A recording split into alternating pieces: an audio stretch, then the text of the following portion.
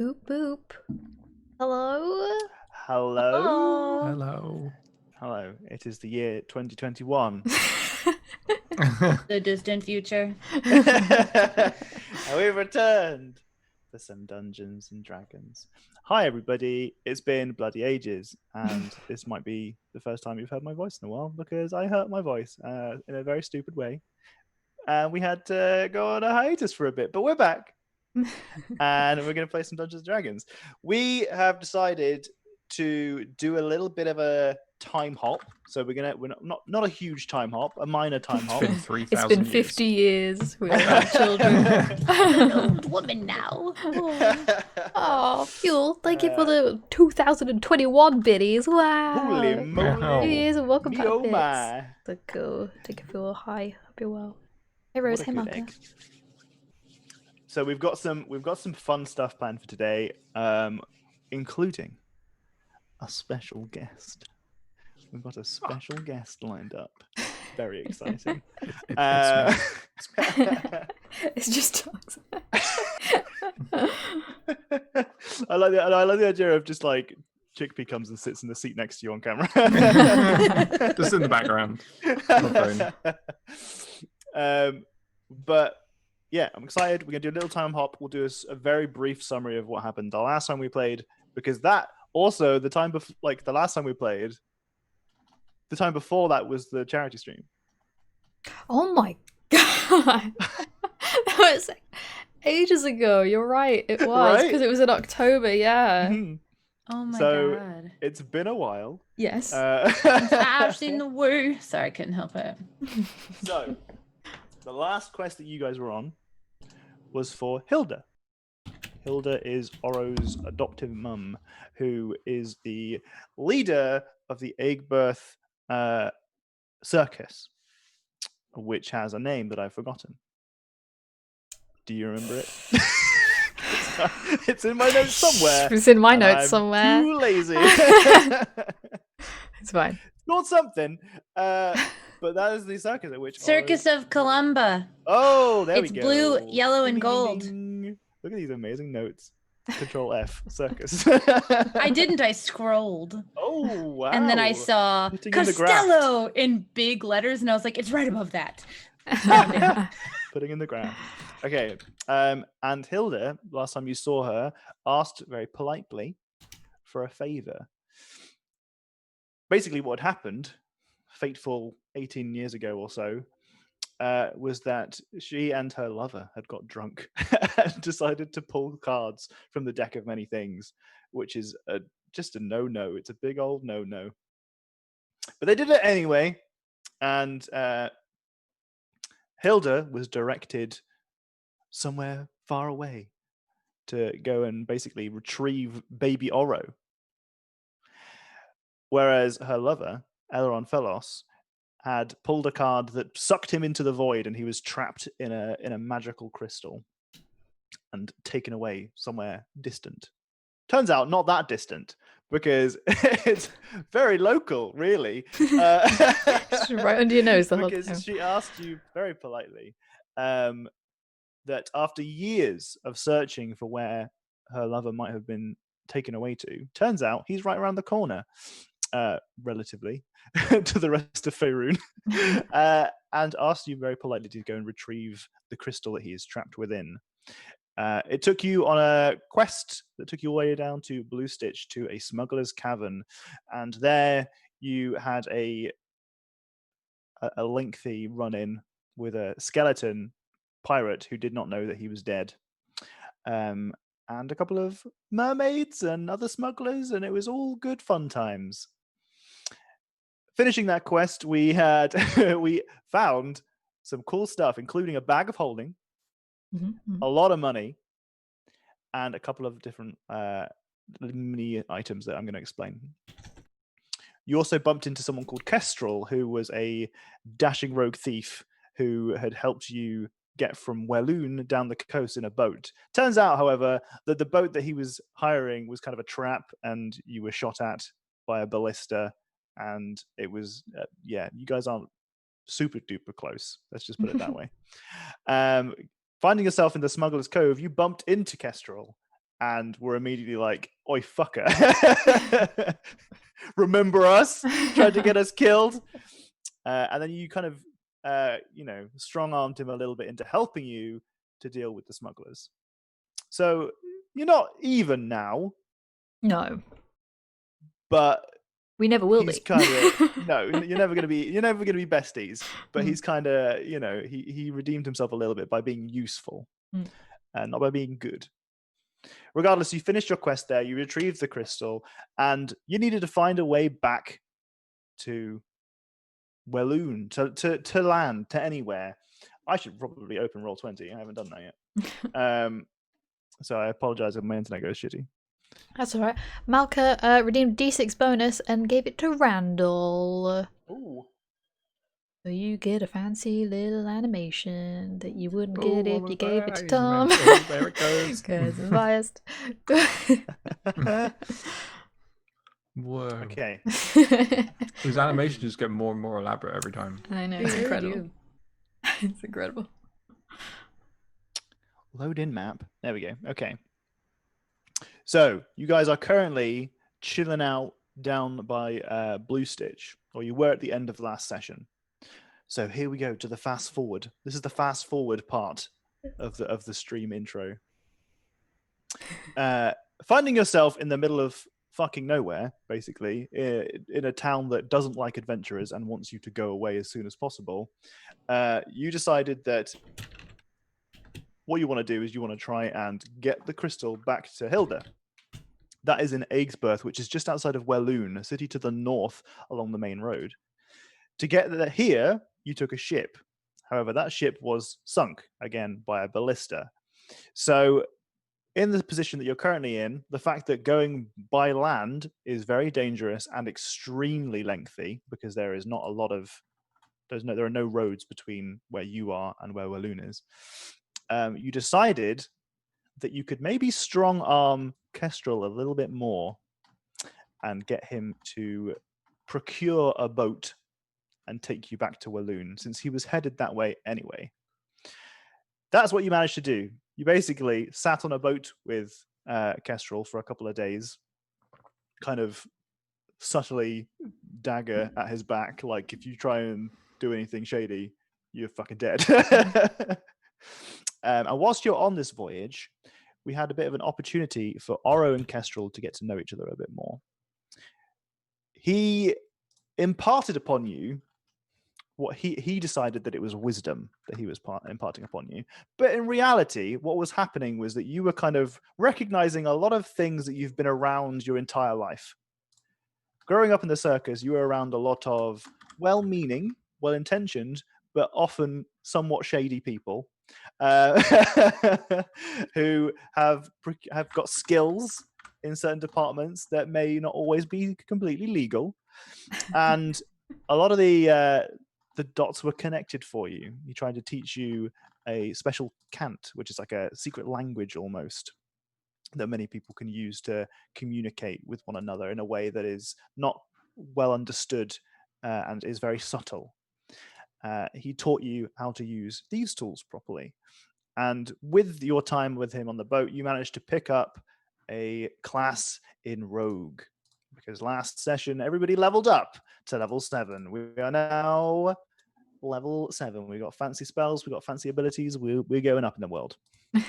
So you arrived in Walloon without issue, spent the night at the tavern you spent your night at the last time, and once again, Oro was celebrated for her incredible performance skills, and made your way to Aegsburth, just on the outskirts of Walloon.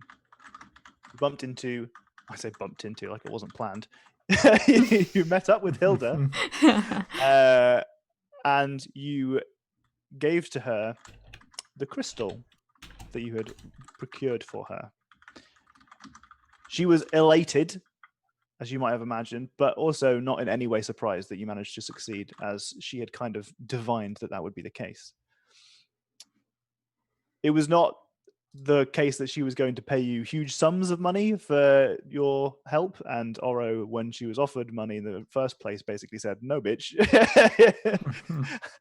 you my mum. I ain't doing this for money."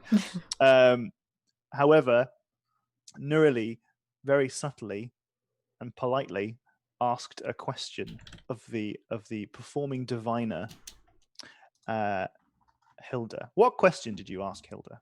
No, really. The first time or this time? This time. I don't know you're gonna ask me that. Where's my phone? Hold on. I'm pretty sure. Not doing all the work. Yeah, no, that's fair. I just, wasn't prepared. Scroll up. That's right. We're not in a rush. No, yep, definitely not.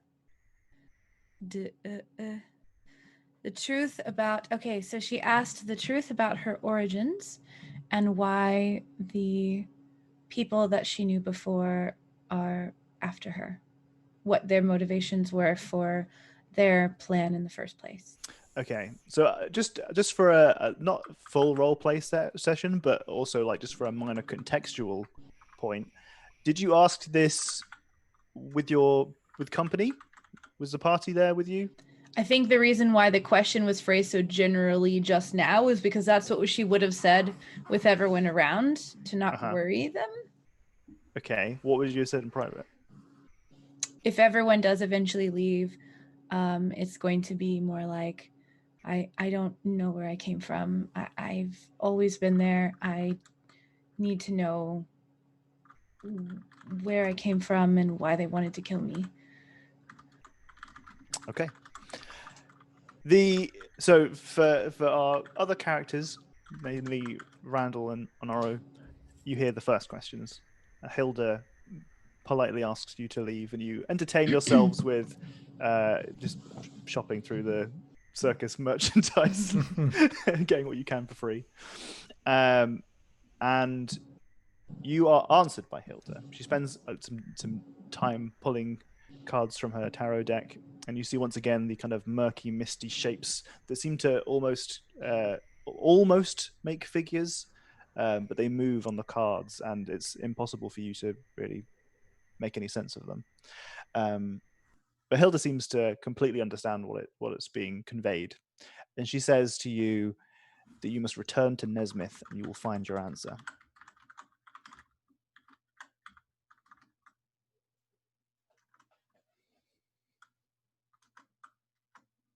Is that because there's danger there? Your answers are there, and that's all I can tell you from these cards. Okay. Thank you. Be careful, don't get my Oro killed. Okay, so she's very, very grateful for you guys having helped her out, and she essentially says to you, it's going to take me some time to figure out and research how I'm going to get my boy out of this here crystal. But if I need anything, I'll find a way to communicate that to you. Once again, Oro and Hilda share a close cuddle before you depart on your way back to Nesmith. There are lots of different things waiting for you back in Nesmith, but most importantly, you've got Atticus and Parsnip, who are patiently. We haven't seen in forever. Yeah, because you said we're going to go for a couple days, and then 20 years pass by. You were like, oh, hey, the circus is here. Let's go to the circus for a couple days. Easy peasy. We'll be back in no time. And then went off on a bunch of different quests. So poor Atticus is just waiting with Parsnip at the door. He knows. He knows what we're like. He knows what we're like. Surely he's used to how adventurers work by now. Surely. But on the path out of Walloon and Aigburth, on a crisp morning, a little bit chilly, the three of you together, this time you are walking, unfortunately, but the best you've got is Nugget. That's the only mount that you've got, so it's going to be a little bit of a trek. You find yourself walking west along the Way of the Manticore. It's a big long road that takes you along the same path that you took before, although this time again by foot. There's a huge forest to your south, and which is to your left. And as you are walking along this road, already getting quite tired of having to, use your feet like it's a long way, you see something unusual at the lining of the trees. You see what looks to be it's like at this distance, it's actually, you know what? Let's start with our first checks. First Give rolls of me 2021. some perception checks, babies. Who's going to get the first crit? Who's going to get the first crit fail? I'm they calling the both first crit fail. We're doing all perception checks, right? Yes, please. I have other emphasis. Oh, that was. I almost did get a crit fail. I'm so God, sorry. I rolled a 2. I'm so sorry. Oh, I can't find anything anymore. Okay, well, we start today's session. The very first dice roll of us returning, the very first dice roll of 2021 is a crit. We come in here with a 25 perception roll. It's all downhill from here. You guys, we got Nurli and Randall are oblivious to this. I'm Absolutely, quite completely, distracted. just totally oblivious. What are you by the guys talking? news. Maybe you guys are having a chat. What are you guys talking about? Talking about who has the bag of holding. Oh yeah. Okay, let's do that. Let's do that right now. Okay, so I'd forgotten about this. I'm glad that you asked this question. Because you guys are in possession of a magical item that allows you to determine the law or some law of magical items that you identify using a long rest. Mm-hmm. And you found a bag of holding.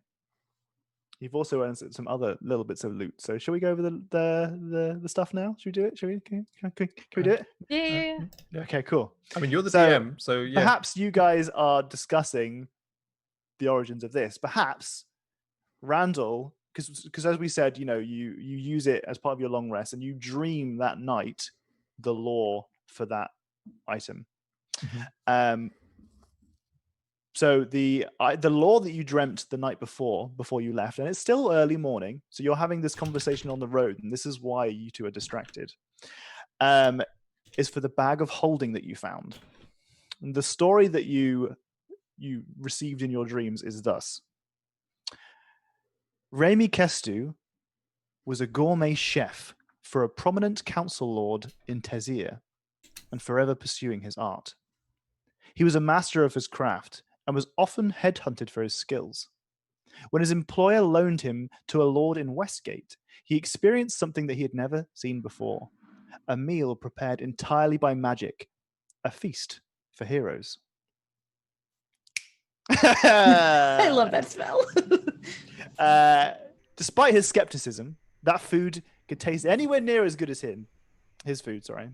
Remy sampled those dishes. His first bite was of a sprout, doused in butter and seasoned with spices he could not identify. It was the most incredible thing that he had ever tasted. Abandoning his job immediately, Remy scoured the world for the ingredients to replicate this dish. He failed relentlessly for 20 winters. His pursuit began to drive the sanity from him. Perhaps it was not the seasoning, but the specific type of sprout. From then on, the bag of holding that he had purchased to carry his ingredients was inevitably filled with every variety of sprout that he could find across all of the land, until a fateful voyage through the Dragonmere spilled Remy overboard along with his bag of holding. Through the night, occasionally dunking your hand into the bag of holding, it does appear that every time you pull something out of it, it is a sprout. Every single time. I love Brussels sprouts. Give them to me. Prepared correctly. I love a good Brussels sprout. So you are very aware of the fact that you have got you have no idea just how many sprouts are in there. But from the dream that you had, it's a lot. It's a lot of sprouts. Okay. But So you maybe that's what can you're also discussing. retrieve other things out of it, I assume. Things that you put in there, yes, you can take out of there. But does it always come out with like a little with a sprout? Yes, sure, okay, for sure. From now on, that is canon. Everything that you retrieve from your bag of holding also has a sprout attached to it in some way. Yeah, has a couple of sprouts with it. From now until the end of time. Oh. And it So- turns out those sprouts are good berries and give us one. No, I'm kidding. So I was about to take a sprout. So yes, you find this bag is absolutely filled to the brim, or not to the brim. It's filled. It's a bag of holding. Thank God. It's filled with sprouts. It's a bag of There's sprouting. no space in it. There's only sprouts. It's just sprouts forever. Sprout bag Limited of holding. space, just all sprouts. Well, the good thing about a bag of holding is that you can just turn it inside out, and then the sprouts just go shooting out, and then it's empty. But do you want to do that? Well, no, because I like sprouts. I feel like it might be a good distraction, so I'll keep that one. Yeah. It's true. Okay, so maybe you What's guys that? are It's a rain of discussing that. Okay, so we got tons and tons of sprouts, and that is I can copy and paste that to you if you like. If you That are, would be easier than me trying to remember it and write it down. Sprout bag. Yeah, I'll do that for you. that Later. would be about it. So, Raimi but- sprout bag. For context, we've got Randall is a monk of an order of kind of record keepers and storytellers, and he has been blessed with an item that allows him to get a story out of each of his magical items, and allows me to come up with fun stuff, like Sprout person bag. with loads of sprouts. I was doing that last night, and I'm just like, this is insane. But regardless, you guys are talking about sprouts. Maybe. Okay, yeah. Yeah. Aura doesn't like anything that is healthy for her, so she's like, oh no, Oh, so the second that she heard about sprouts, she was just. I don't want it. So someone else can carry it. It's fine. I don't need it. And I'm just like, give me a different kind of sprout. But what about a different one? What other kinds are in there? I have another one. There was I I saw hold all these sprouts. I saw a Christmas cracker filling that said that there are like 148 different varieties of sprout or something. Like there's a huge amount of different sprouts. So yes, there are plenty of different sprouts in there. But anyway, Fun bit of real life lore is that I realized within the last year or two that a Christmas cracker is not filled with crackers, but is something you crack open. Now we can move on. Yes. I'd never had a Christmas cracker before. I'd only Oh, ever really? seen them in stores. oh okay. Yeah. Oh. I thought they were little rolls of crackers. That'd So- be cute. I like that. Yeah. You actually thought they were filled with like Yeah. biscuit crackers? Listen, so I had grandparents who didn't actually like us because we were like the other woman's children, even though that's not at all how it happened. And so all that our family ever got from my grandmother was one of those little every Christmas we'd get the little there's some sausage and some smoked cheese and crackers sets or whatever, and you just get one of those for the whole family. Wow. And so it was her way of not saying that she didn't get this particular child in their family anything for Christmas, while she bought the others houses and stuff. Oh my god. Yeah, literally cars, and gave them condos on the beach in California. And we got Jesus. crackers. And so when the Christmas crackers, I was like, Ah, they you're got like, the shit yes. crackers too. I see. Mm. Nice, cool. It's fine. It's whatever. I love the idea of there being this the actual Christmas crackers, but it's not. It's just filled to the brim with crackers on the inside. That's what I thought. And they're round too. If they hadn't been round and called crackers. That's great. Now I wish they were full of crackers. Yeah, me too. Also never. So apologies for everybody in chat. Usually we're very communicative with chat, but I've been reaming off just Catching up. We've been catching up on. We're 3 catching months. up. We're It's fine. catching up. I hope everybody's well though. It's nice to see some new people in chat. Was it a We've, Ratatouille reference, Tom? It was not a Ratatouille reference, no. Okay. It was me at 6 a.m. yesterday, or 6 a.m. today. It's REYME. Oh. Anyway. Oh yes, and you also got some chainmail that was very fancy, and I've identified it thusly. It is mithril chainmail. Solid. I don't wear chainmail or any armor at all, but if you're that way inclined, I'm sure it's great. I can read off the stats for mithril if I can find it in the DMG fast enough, which I probably can't. Who can wear it? For you. This might be a case of. I think you're the only one who can wear it, Oro, because I don't think sorcerers get proficiency. Where's my character sheet? There it is. Yeah, I have no armor proficiencies. But Mithril might make that different. I don't know. So this reason why Mithril is interesting is that Mithril is light and flexible metal. A Mithril chain shirt or breastplate can be worn under normal clothes. If the armor normally imposes disadvantage on dexterity stealth checks or has a strength requirement, the Mithril version of the armor doesn't. But it still counts as wearing armor, right? Yes, it does. Yeah. Yes. And I think you'd still, because I have no armor proficiencies, and if I'm wearing armor, I have like detriments to spell casting. Unless I were to go seek out an armor proficiency, I don't think I could still wear it. Oh. Unless this is magic armor that I totally can wear and not be constantly at some kind of disadvantage. All right, so Oro, it's you. I bestow unto you this mithril shirt that we found all together. So I have no reason to bestow it to you, but there you go. So rangers can definitely wear medium armor. Okay. It's not studded. What do I do about my cool leather studded armor? That's a part of my vibe. It's a very good question. Wait, did I say chainmail? I meant chain shirt. I apologize. It's not chainmail. You can go under clothes, so just wear your leather armor as a jacket that provides no bonus. Well, Oro does have a leather jacket, so... Now you don't even have to wear armor, though. You can just look super unassuming, like this badass with a leather jacket, and people are going to be like, I'm going to go stab her, and then they're going to be like, shh. I'll take it, please. Okay, so it's a chain shirt, not chainmail. Sorry, that was my fault. Okay, that's fine. I typoed that with my mouth. It button up at the front. which is 13 armor class plus dexterity modifier with a maximum of 2. So you can determine whether or not you actually want to use that, because it might not be better than your studded leather. Okay. Which is 12 plus your dexterity modifier. But we can talk about this later if you prefer. Yes, please. We don't have to do the maths right now. Okay. Maths. We can honestly just hold on to the thing too, because like who knows when one of us will pick up like an armor proficiency or something. It will come out with sprouts though. It'll just smell of sprouts. Oh, it'll be like studs. You have like little studs of sprouts all over it. Oh no. Edible studs. Studded chain shirt of just sprouts. Yeah. So perhaps that's what you're discussing. That's maybe you're talking about the things that you found earlier in the day.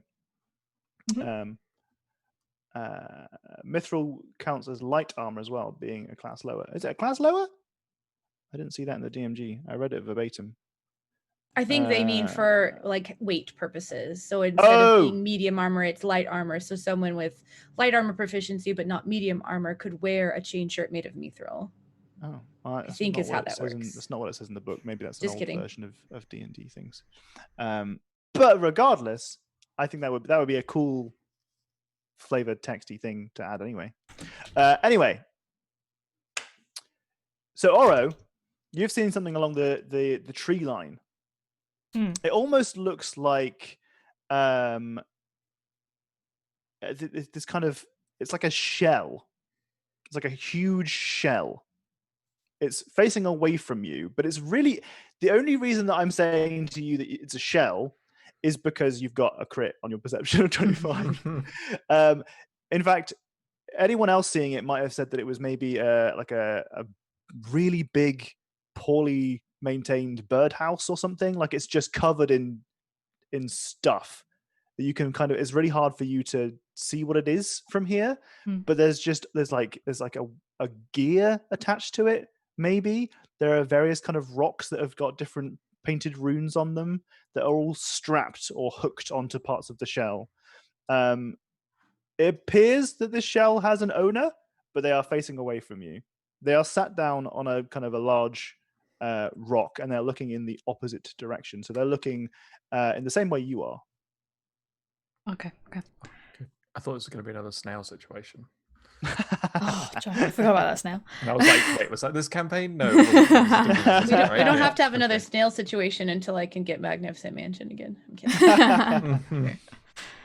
Okay, I knock Randall narrowly out of the sprouts conversation. I'm like, do you I'm see? like mid sprout. you see that over there? That like a shell to you?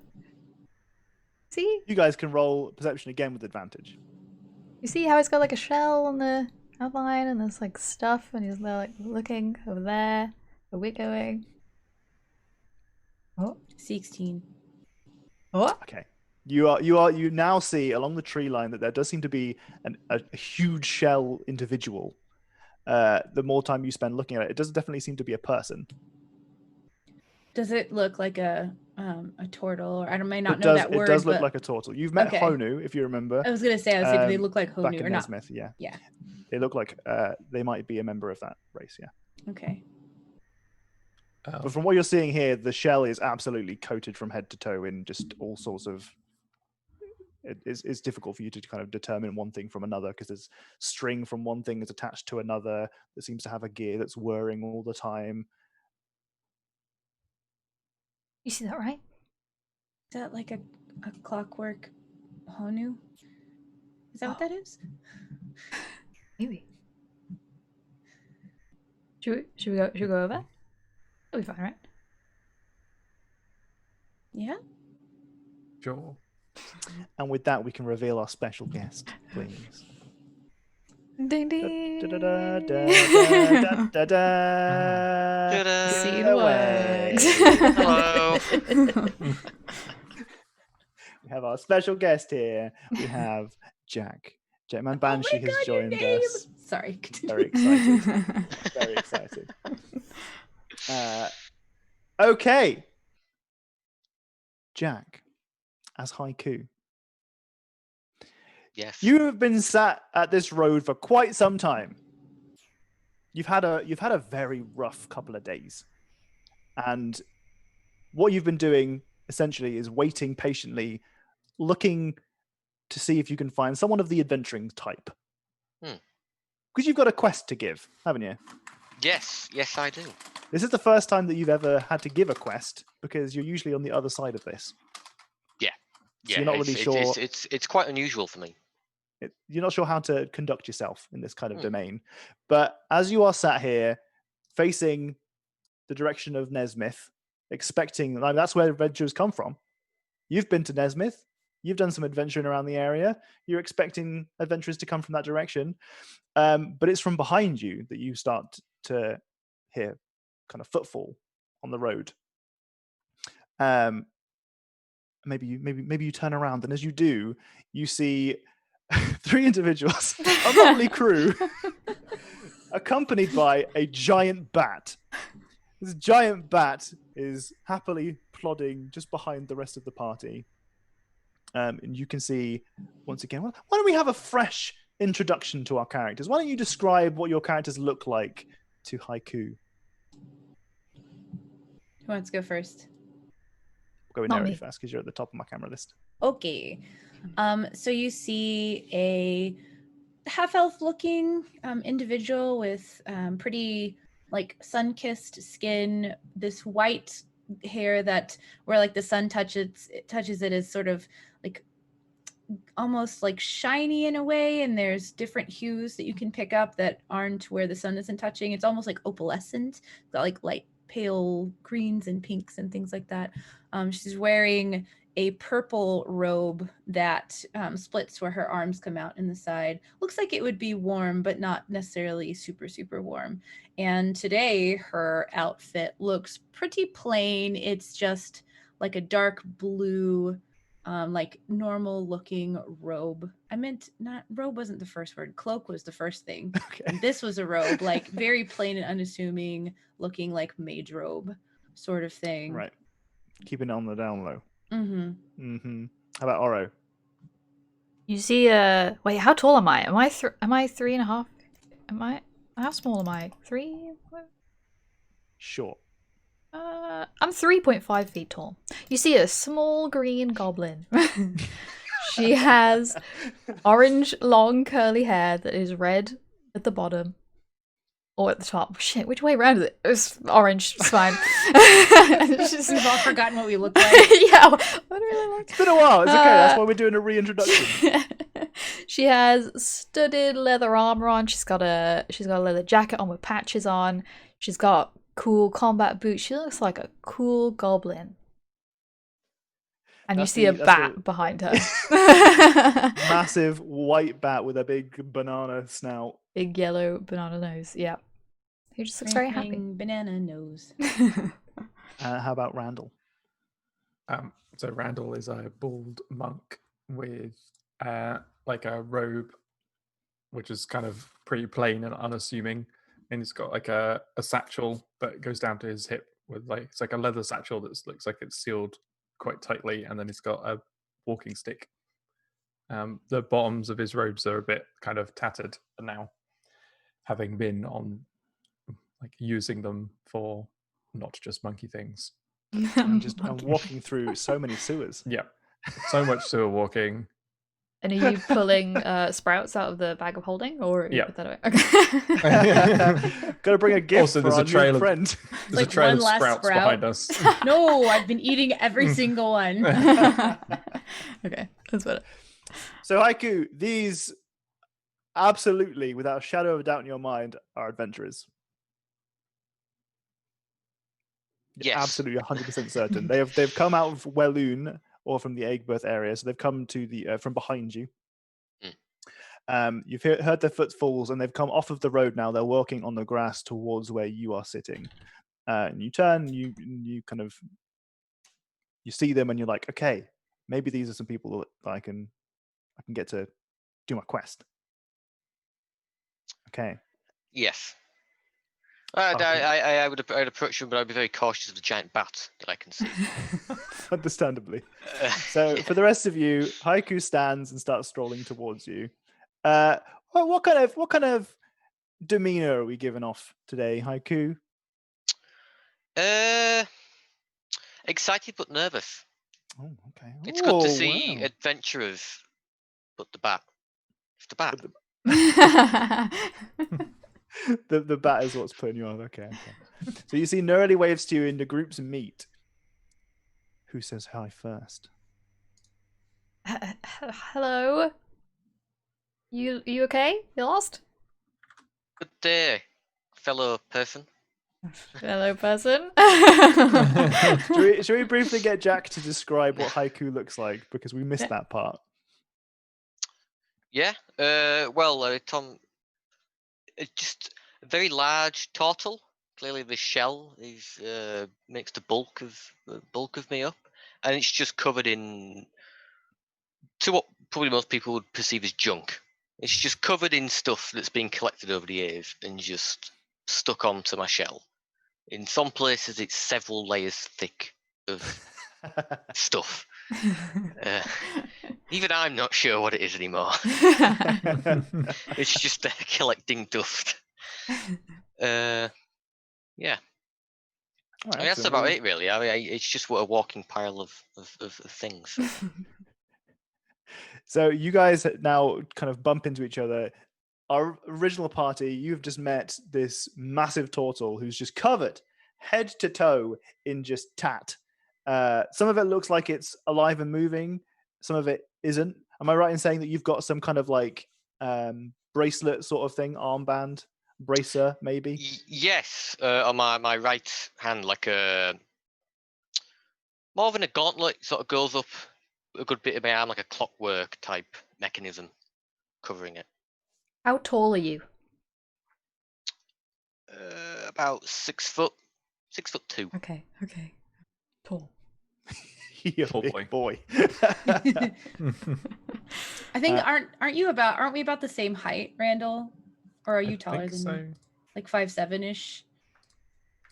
Something like that. I feel like we were like relatively all kind of like a small group, so we're just like walk up and we're like, hello there. Well, Haiku brings many things to the table that you guys didn't currently have. Yay. Including height. Do you need help? Yes, very much so. I am in quite dire need of help, actually. You need directions? A little more than directions. Would be. I mean, directions would be nice, but a bit more than that, ideally. Do you need a sprout? We do have lots of those. They're very good. Please, please take a Can't sprout. stand them. I Can't just like stand- reach I over can't- into the bag of holding and pull out a sprout, and I'm like, oh, here you go. I do not like sprouts. Just for the record. Oh, okay. Yeah, and me either. So. Well, what do you need? Well, I've come into a bit of trouble along my travels, which is I've sort of been waiting here. I had a party of people along with me. However, they have met somewhat unfortunate endings. I believe, anyway. I'm not entirely sure as to what's happened to them. Oh no, Okay. were you separated? That's one way to phrase it.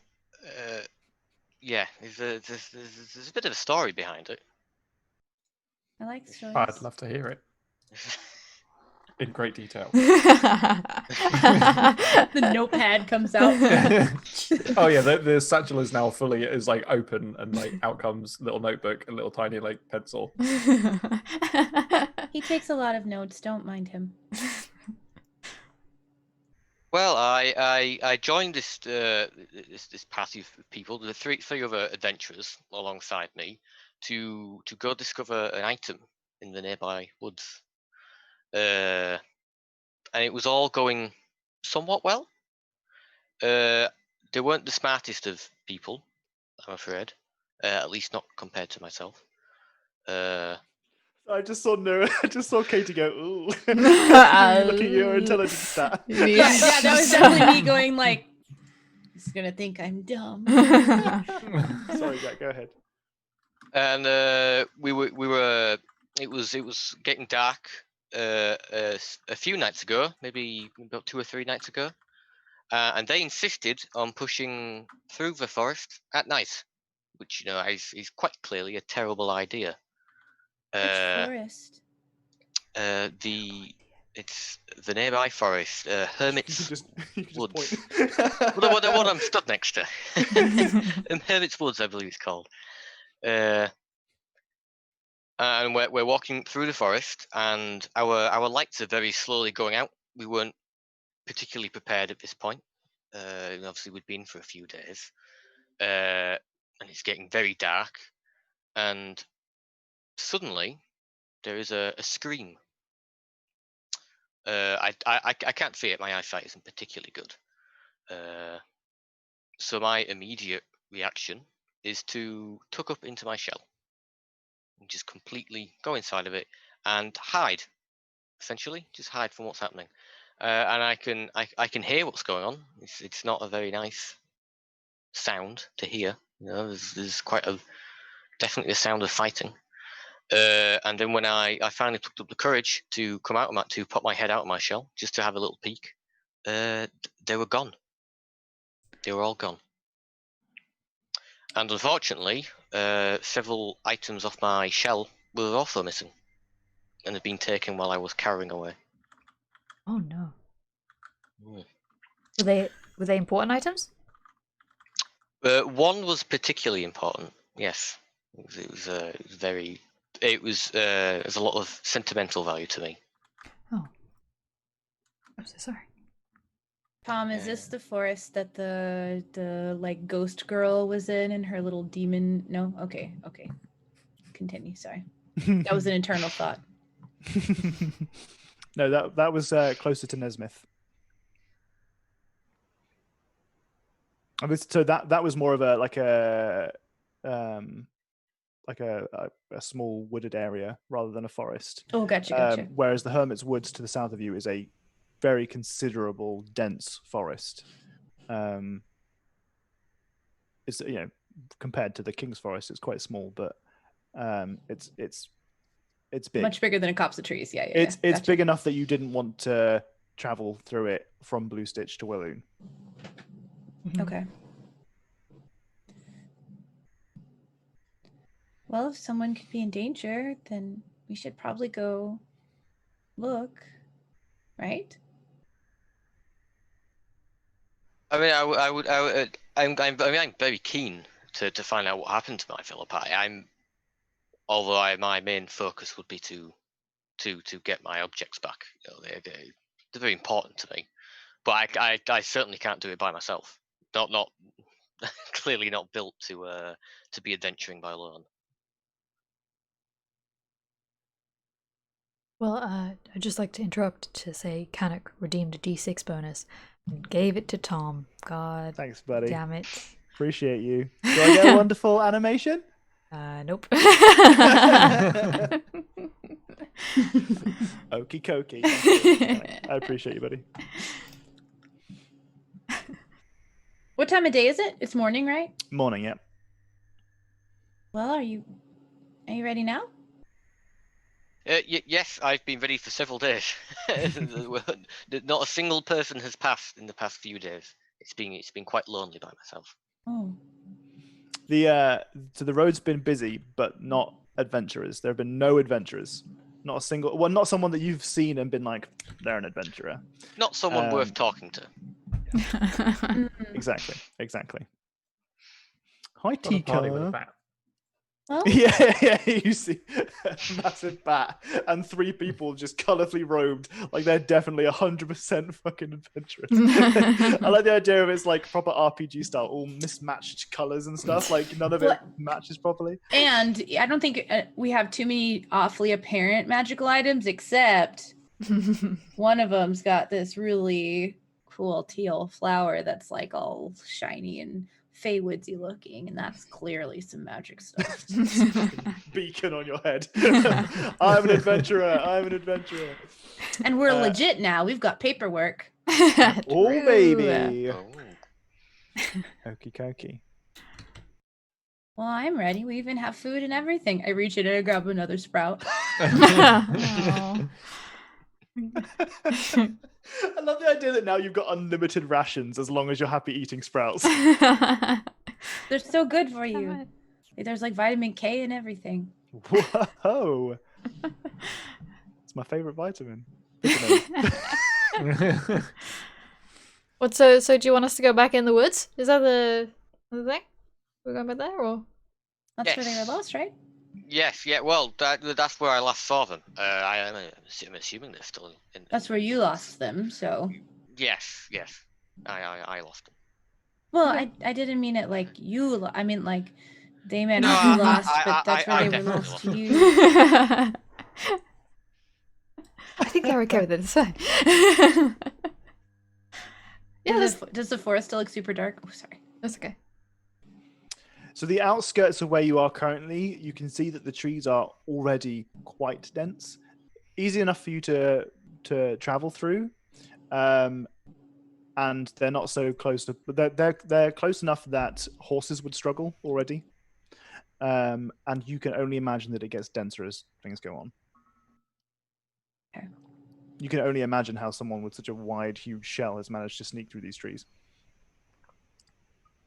Very slowly. Carefully. Well, I can make sure we have light if we need it. Can you see in the darkness? My eyes aren't particularly good. Yeah, I'll pop it out there. Well, he can't see in the dark either, so I'm gonna reach over and don't I usually light up your staff? I know you've got your thing now, I but got a drift globe. oh, that's right. Alakazam. What was the word that we gave I it? was knew you were about to ask that. And I haven't looked it up. We gave it a word. We gave it a magic word. We had a word. It did. It was I can't remember what it was. Okay. You Get to look make a it new up. one now. I'm pretty sure I've written it down. I just need to find it. Can a medium-sized bat fit through the trees? You're all medium sized, so well, apart from you, I think you're small. I'm tiny? small. Small. I know you're height wise, you're small, but it's whether or not you fit, Yes, you I'm fit in small. there. Yeah, so everyone's medium, so yes. Okay, right. It might be a tight fit though. I almost want to like get on Nugget and just like do a drive by and like look above the forest just to see if there's anything that has been that's obviously gone wrong, or like some sounds that Nugget can hear. Perhaps. Yeah, you can do actually. Okay, but I'll be right back 1 second. Alright, and get on Nugget and go do that. Okay. Hop onto the back of Nugget you go, and you do a drive by. You flap over the over the trees. This massive white bat flapping around in the morning sky.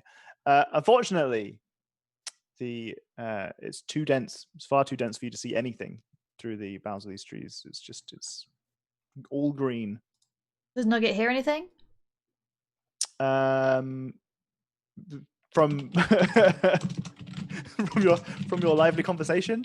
No, from like flying over. If they hear anything, like people rustling through the trees or bushes or anything.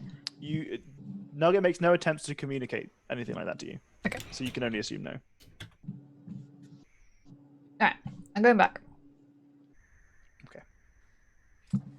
Okie dokie. Can you lead As us you in the are- right direction? Never mind, go ahead. I apologize. This is classic Tom DMing. Classic Tom DMing is accidentally interrupting his players all the time. It's I'm okay. sorry.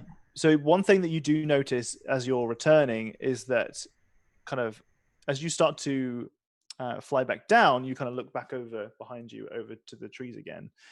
You can see that actually the trees that are kind of a little bit like further into the forest seem to have just like kind of like a mist or a fog that's just on the top of the trees.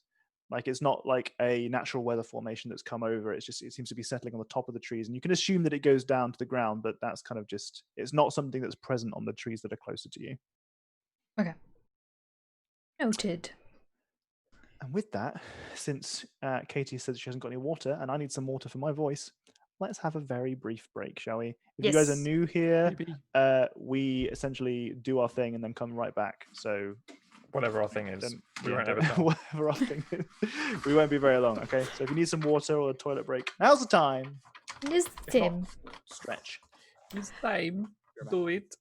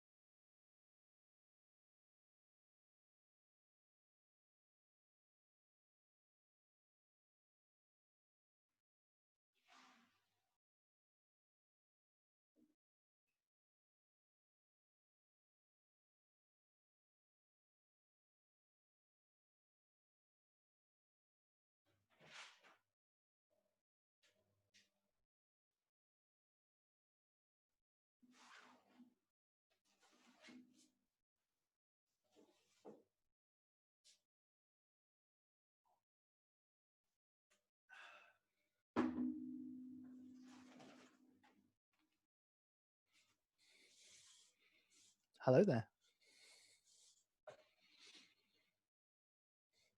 Quick, they're gone. I don't know what we should do, but we should do it quick.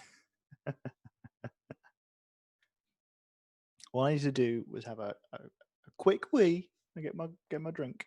Got some water.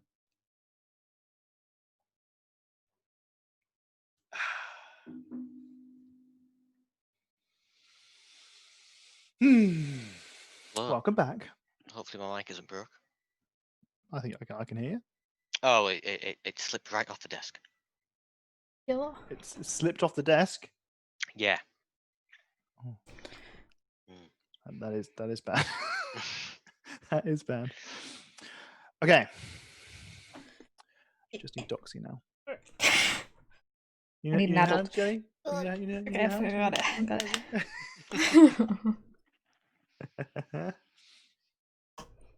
Hi, Tortu. Did I miss the D6 animations? Yes. Yes, you did, but Canet gave one to Tom, so you only missed 2 of them. Don't worry about it. I plan on using that as soon as I can. It'll be the first roll I roll. First roll he rolled. Whatever roll it is, it's immediately going to be that. Rolling. What? Oh, there's such a cool thing I'm excited to get you guys to do for this quest. Ooh, baby. I was gonna show you all the cool dice that Anne got for me for Christmas, but I think I left them in the other room. There's always next week. By next week, if we don't take another 3-month hiatus. Don't do that Fingers to me. crossed. You're drawing the monkey? Cool. Oh yeah. We've had the pleasure of being invited to Humblewood 1/2 shot from Evan. I love Humblewood so much. It's so good. I've never played it before. I'm quite excited. Me I either. made Mapak Artificer. It was Which so one's that good. Mapak is the little raccoons that could do Oh, the scrounge craft. raccoons. Yeah. Oh, Scrounge craft is so good. that's I'm cute. so unfamiliar with the setting, and I think Jenny is as well. So we've just kind Yeah. of been just like. Did you ever read any of the you Redwall books? You and Evan came up with a race, didn't you? The rat. Well, I'm gonna be a rat detective for my character, so we needed to come up with a rat like race The and great rat detective. I can't remember. Evan came up. It was within context, but we came up with Meraticus instead of like Milady. It's Meraticus, so that just Oh the my race is God. called Meraticus now. And I thought he was joking, but it's on the class list for me, so it's real. Excellent. Very good. Okay. Everyone back? We good? Mhm, mhm. All good. Okay. Then into the trees we go. Is there anything you guys want to prepare? Any words that Haiku wants to impart before you step into the woods that have potentially claimed your previous party members? Just be careful. Clearly, it all went wrong last time. I went with 3 people into the woods. I don't want that to happen again. I want to say that when I was flying up above, that it looked misty near the end of like further away for some reason. And just note that down to everyone. But that's it. So that will immediately ring a bell for Haiku. As the part of the woods that you were in when you lost your previous party, you remember being very misty. Yes, it was incredibly misty. Oh, shit! So we're gonna have to fucking go into these woods then. It seems. Okay. Well, let's get going. Just don't hide if something jumps out at us again. I shall try my best. However, I make no promises. Well, Okay. that's all we can ask for here. Some things are the natural reactions for turtles. We can't always help it. Okay, so for context, again, this is out of character. This isn't something that you're imparting to the other players. Was Haiku's immediate reaction to kind of retract into the shell? Was that because I'm assuming that Haiku's been in combat before? Yeah. Is that accurate? Yeah. Yeah. So, what was different about this particular combat that made Haiku kind of retract into their shell? Because unless that's something that you do frequently, or was this a one-off? It's definitely happened before. Okay. It was something maybe a bit more unnatural, like it's more of a feeling. There's a feeling Right. that something was different, and Oh, so different precautions needs to be taken. And it was absolute pitch black at the time, and you already knew it was a bad idea to be patrolling out or walking through the woods in the middle of the night. Yeah, and it was the cowardness keeping me inside the shell. I could have come out straight away if you wanted to. Yeah, okay. Okie dokie. So we're finding Haiku's courage along this quest as well. Okay. So into the woods you go, and you find very quickly that it starts to get quite kind of tight. You are pushing into these trees, and immediately, Haiku, you've kind of said to these guys that we need to go in here, and for the most part, they've kind of just said, "Okay, lead the way." You got to retrace your steps. You push your way through the first small copse of trees into a very, very small gap of them that just kind of allows you to make a passageway. It looks like almost it's leading you. Almost, it's kind of like a small path, but you don't remember it being there before. In fact, nothing about the woods that you have seen since stepping back into the tree line looks similar to the woods that you saw a couple of days ago when you left them. Well, I'm afraid to say none of this looks familiar whatsoever. It's all changed. Is it the other way around from because you were leaving the first time and then you're coming back? Is it? I wish it was that simple. Oh. It's from what I recall, it's completely different. Oh, that's concerning. Very. Randall, have you ever heard any stories about a forest that moves? I don't know. Have I? History check with advantage. Thank you, fool. Also, I apparently had 4 combat d6s left over because we hadn't have done 3. combat. Yeah, okay, I've so got I was 3 like, of them. I want to make sure that that's accurate. So I currently have 5 combat d6s. Everybody knows Nerly needs help. Definitely shouldn't have said that because now the Okay. next combat is going to be more difficult. Yep. You've got a plus 6. Remember, if you need to use it. The history. I'm going to use it. Gotta get that info. Gotta get Get. Oh, maybe not. Okay, so we push you over to the 16 mark.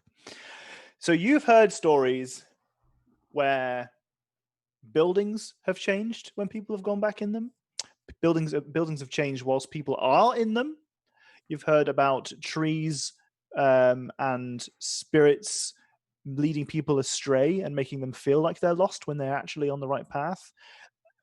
This is not an unfamiliar tale.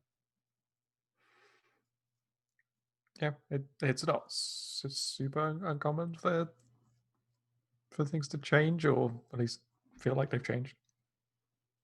Especially when it was like dark last time you were here, and now it's not dark.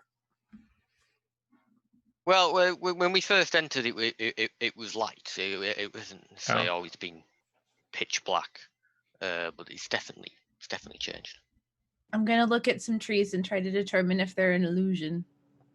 Okay. Okay. Throw a sprout at them. Let's go Sprout for check. an intelligence Sprout perception. Intelligence perception? Yeah, baby. Okay, so I'm proficient in investigation. perception. No, I'm proficient in perception, but I have 0 intelligence, so I'll just roll d20 plus 2 then. Yep.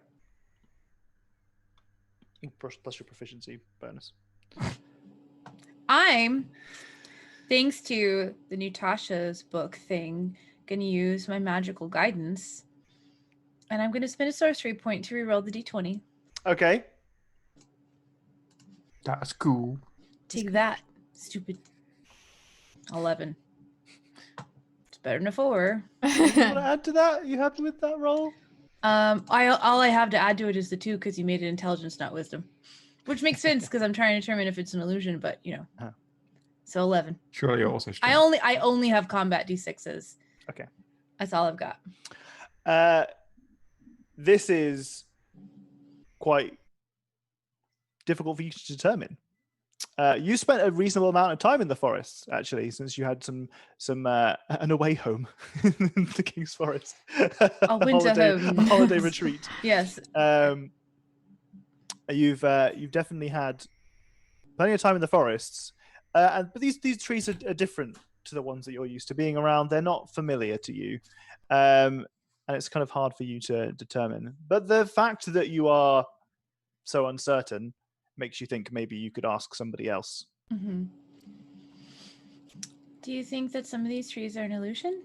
I tried to tell, but I don't really know this forest well enough. and you've been here before. Yeah. I'll give him a check. And I'm gonna Ooh, intelligence boy. cast guidance. Cast guidance. Yes. You're so smart. There's a little like whip of wind that kind of smells a little bit like lavender as I like, you probably don't even feel it. I don't know. I reach over and just kind of like poke one of the things on the shell because I don't know you super well yet. I don't want to just like literally touch like you without asking. So it's just going to kind of be like a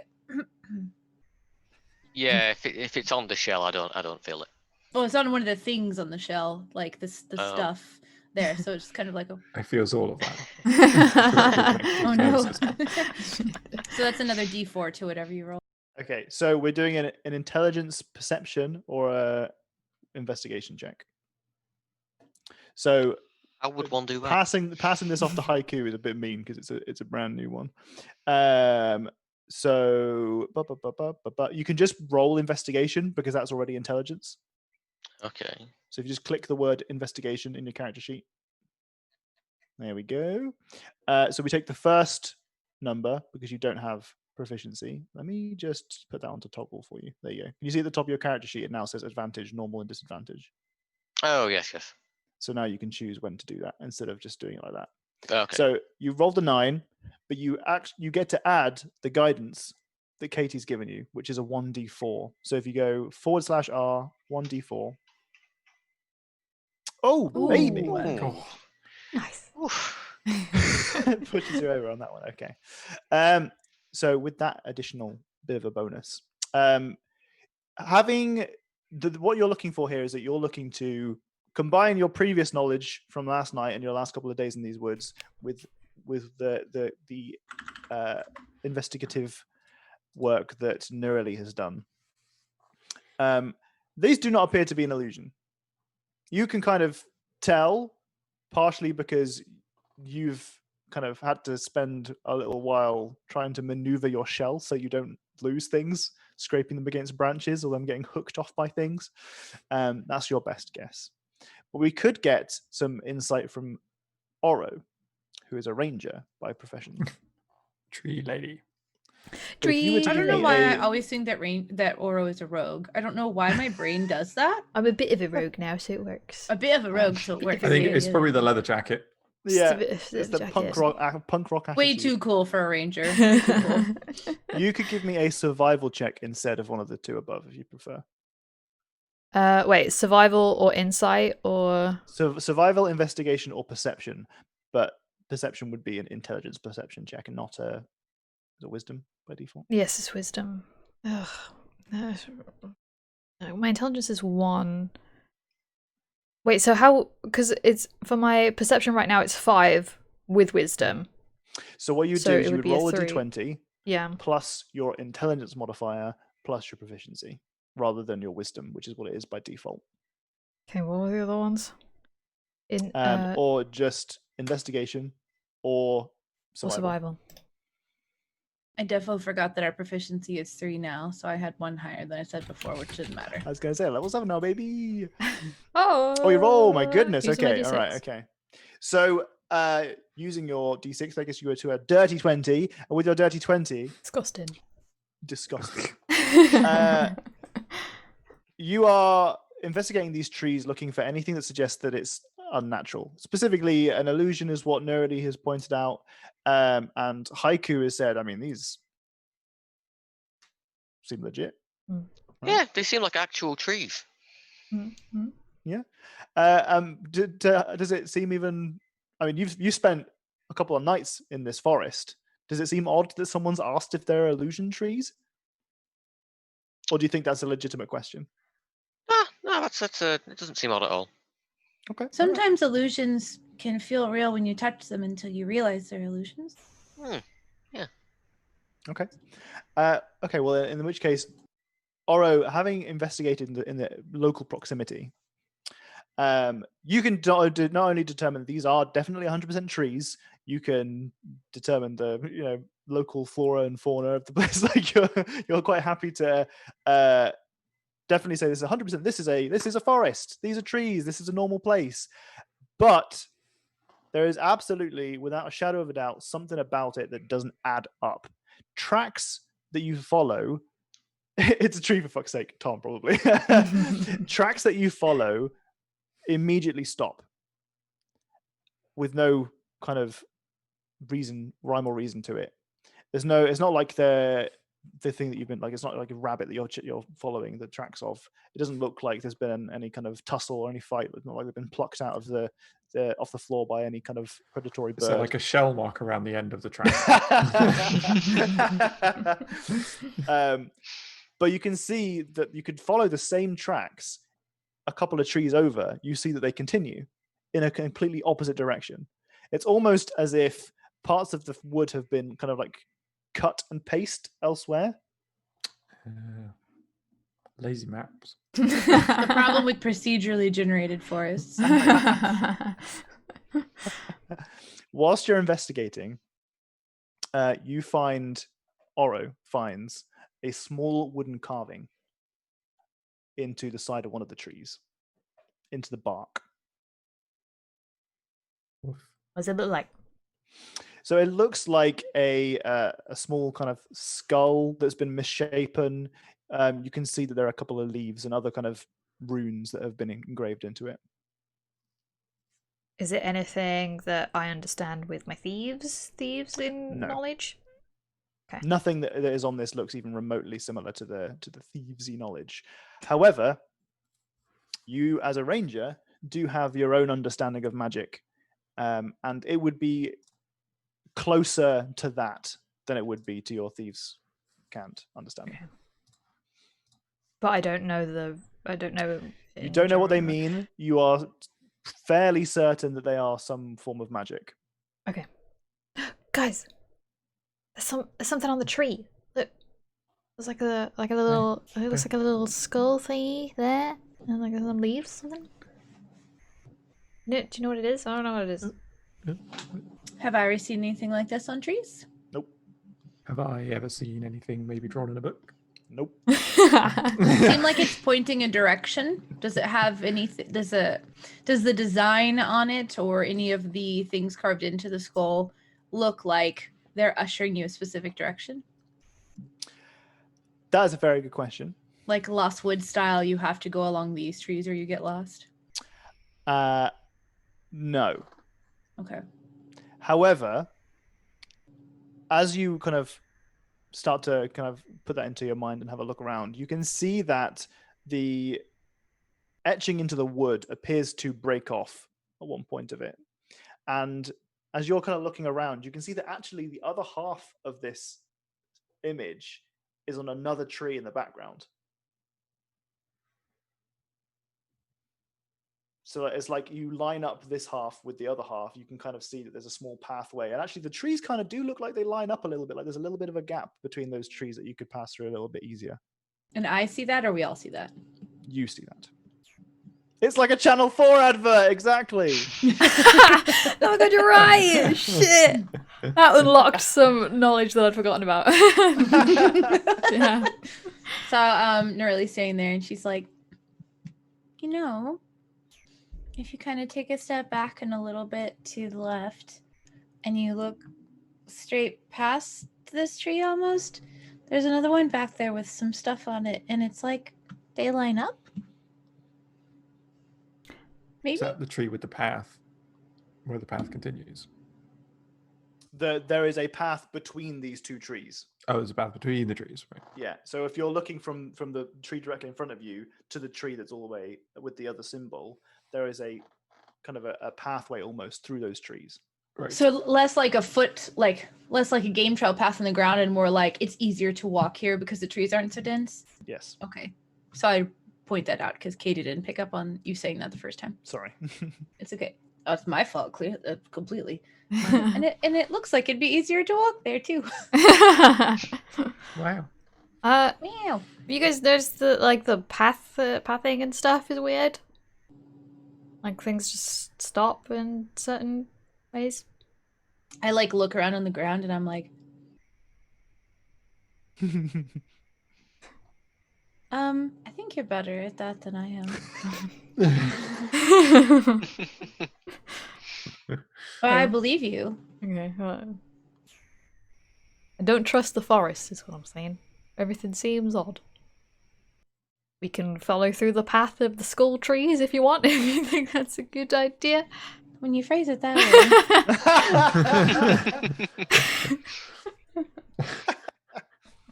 But that's probably where we should go. Yes. As do adventurers. do I recall the skulls from when I was previously in? Not even remotely. Okay. But you were going the other way, so it's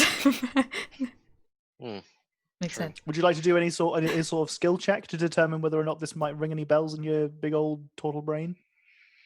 I can do a skill check. Yeah. Definitely. I don't know what it would be. Well, we could. I mean, since it seems to be some kind of magical nature, as what Oro has kind of decried, it could be that you do an Arcana check or maybe a history check to see if it lines up with your previous experience of this forest. We'll do a history check. Yeah. Okay. Yeah. Click on the history. Oh my goodness gracious me! Got a new history boy down. Man, I forgot what it's like to play a class that has modifiers to your skill checks. Holy shit. +6. No, I'm kidding. Continue. Okay. So this doesn't add up with your previous experience of coming through the forest. However, you recall that you were with a group that you've decried as being quite stupid and not especially observant. However, you yourself are quite observant. And you kind of have this capability of kind of just, putting one and one together.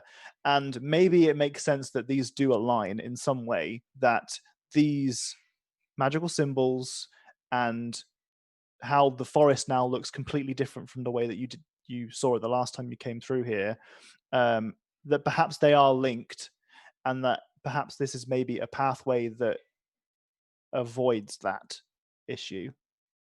Following these symbols might be the way that you stop yourself from getting lost in these woods.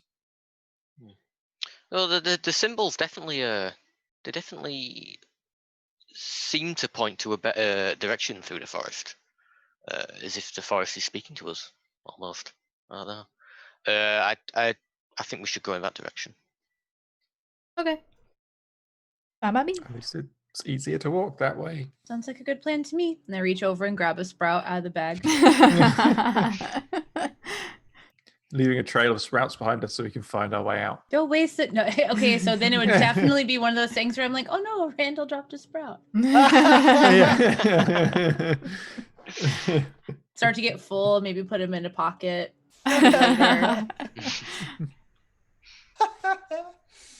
Okay. Well, following these this pathway through this marked territory, you find that it is a lot easier than walking through the other pieces of wood. There is a crack of a twig between the trees that you see in the distance, or you hear in the distance, and we have what are our passive perceptions that we've got here? Million. 15. 15. 13. Nuggets is 11, if you're curious. You have to scroll down past your skills, and it's in a box of its just own. The bomb. It's just 10 plus your modifier. Oh, 20? Yep. Massive perception. Yes. Yeah, 20. Somebody took the alert feat. I love it. So, Haiku, you are lucky enough to spot a very tall elk passing through some trees. Just for a glimpse, as a short second, you see this magnificent creature who is all white, apart from its horns that appear to have some kind of gilded tips, almost. So I don't know if anyone else has seen this. I've just spotted there's a creature of some kind. I don't know. It was poking at the top of the trees. It was all white, quite large horns on it. Did anyone else see it? No. No. I look where he's was looking. Long gone. The top of a really tall tree. I mean, I don't know how you can't have missed it. Oh no. It wasn't quite that. It's not through the top of the trees. Perhaps I didn't explain that very well. When I say giant elk, I don't mean like 20-foot tall. I mean like 7 or 8 foot tall elk that you spot through gaps in the trees. The trees between you and the other, and where this elk is, it's just such a small little glimpse that you see. Okay. It is a magnificent beast. It is a creature unlike any that you have ever seen, and you feel blessed for having spotted it. Because of that, you will get advantage on the next skill check that you use. The spirit of the forest. Did we actually introduce ourselves by name? No. No, why would we do that? We're just going out. It's like, hello, you need help? Let's go. Let's go. We are adventurers. I kind of do the like. We have paperwork, but no names. Nerily has this very sort of like overwhelmingly innocent air about her. And so like when you're telling her this, she looks like she completely believes you, but is like absolutely has no idea what you're talking about. And she's like, I didn't see it. By the way, I just realized that we didn't even tell each other what our names were. So hi, I'm Nerily. And I'm gonna reach out my hand to like shake it. Sorry, that does reflect this party. Like the number of times I've had names tucked away for NPCs and I've never uttered them because no one ever asks what names are. Introduction's the worst. Introducing your name is the worst. And this with is NPCs, fair. They always die. Yeah, right. We can't know their names or they'll die. But that was the other campaign. But also I think like in that moment, Durley realizes that like, well, he did say he was very smart, and now he's seeing things that none of the rest of us are seeing. So there's either something that the forest has done to him, or there's something special about him, and maybe his name will be important for me to know, whatever. So it's kind of one of those things. So she just kind of like sticks her hand out, like not sure if she should shake your hand or not, but she's just kind of like, "Hi, I'm Nerily." Well, Haiku definitely shakes back. He's a very polite person. I go by the name of Haiku, like the poems. Do you write them? Occasionally. Would you tell us a haiku? You did this to yourself. You can't put somebody named Haiku in front of a bard and have them not be like, I want to hear your stories. The cogs in Haiku's mind are currently ticking round. They'll come to something. Okay, so what we're doing, what you guys are currently traveling through the woods. You're following these sigils. You are seeing them as they come, and as you get to the end of one path, you notice that the second sigil, the second half of the sigil, is now the first half of the second that it goes on. You're basically following this path as it goes around. So as you are walking along here, this is the conversation that you have, giving Haiku some time to maybe come up with a haiku at some point in this game, and we can Doesn't have to be today. Doesn't have to be today. But we can say that you said it during this period of time. Or Haiku may have figured one out by now. That's what I'm saying. That's what I'm saying. Haiku might have. So we'll let you say whether or not Haiku came up with one.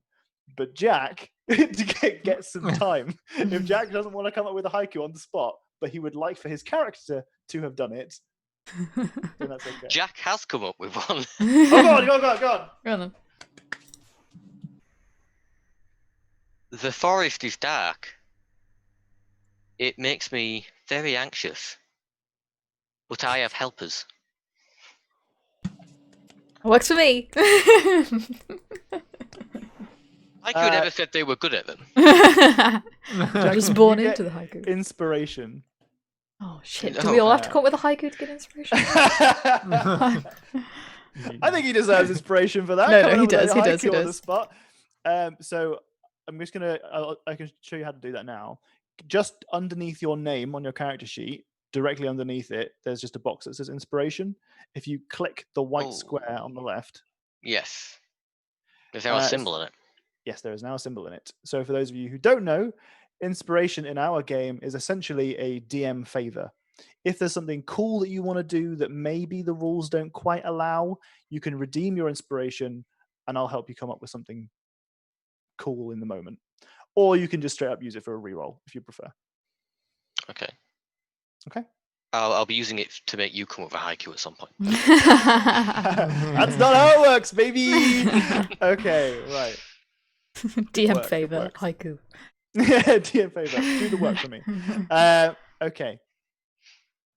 So you introduce yourself, haiku, to Nurili and Nurili back, and we now have Oro and Randall in the back of this convoy. Who's in front, by the way? I imagine I'm in front because of me knowing forests well and good and proper Well and good and stuff. introducing the symbols, so I guess I'm in front. And I'm the smallest, I don't want to be behind haiku because I won't be able to see anything. So I'll probably be in front. I think that's true for all of us. Yeah. That's a very fair point. Okay. Well, in which case, who's behind you then? Who's second in this line? I would imagine that it's Oro, Haiku, and then me, and then Randall. Everyone happy with that?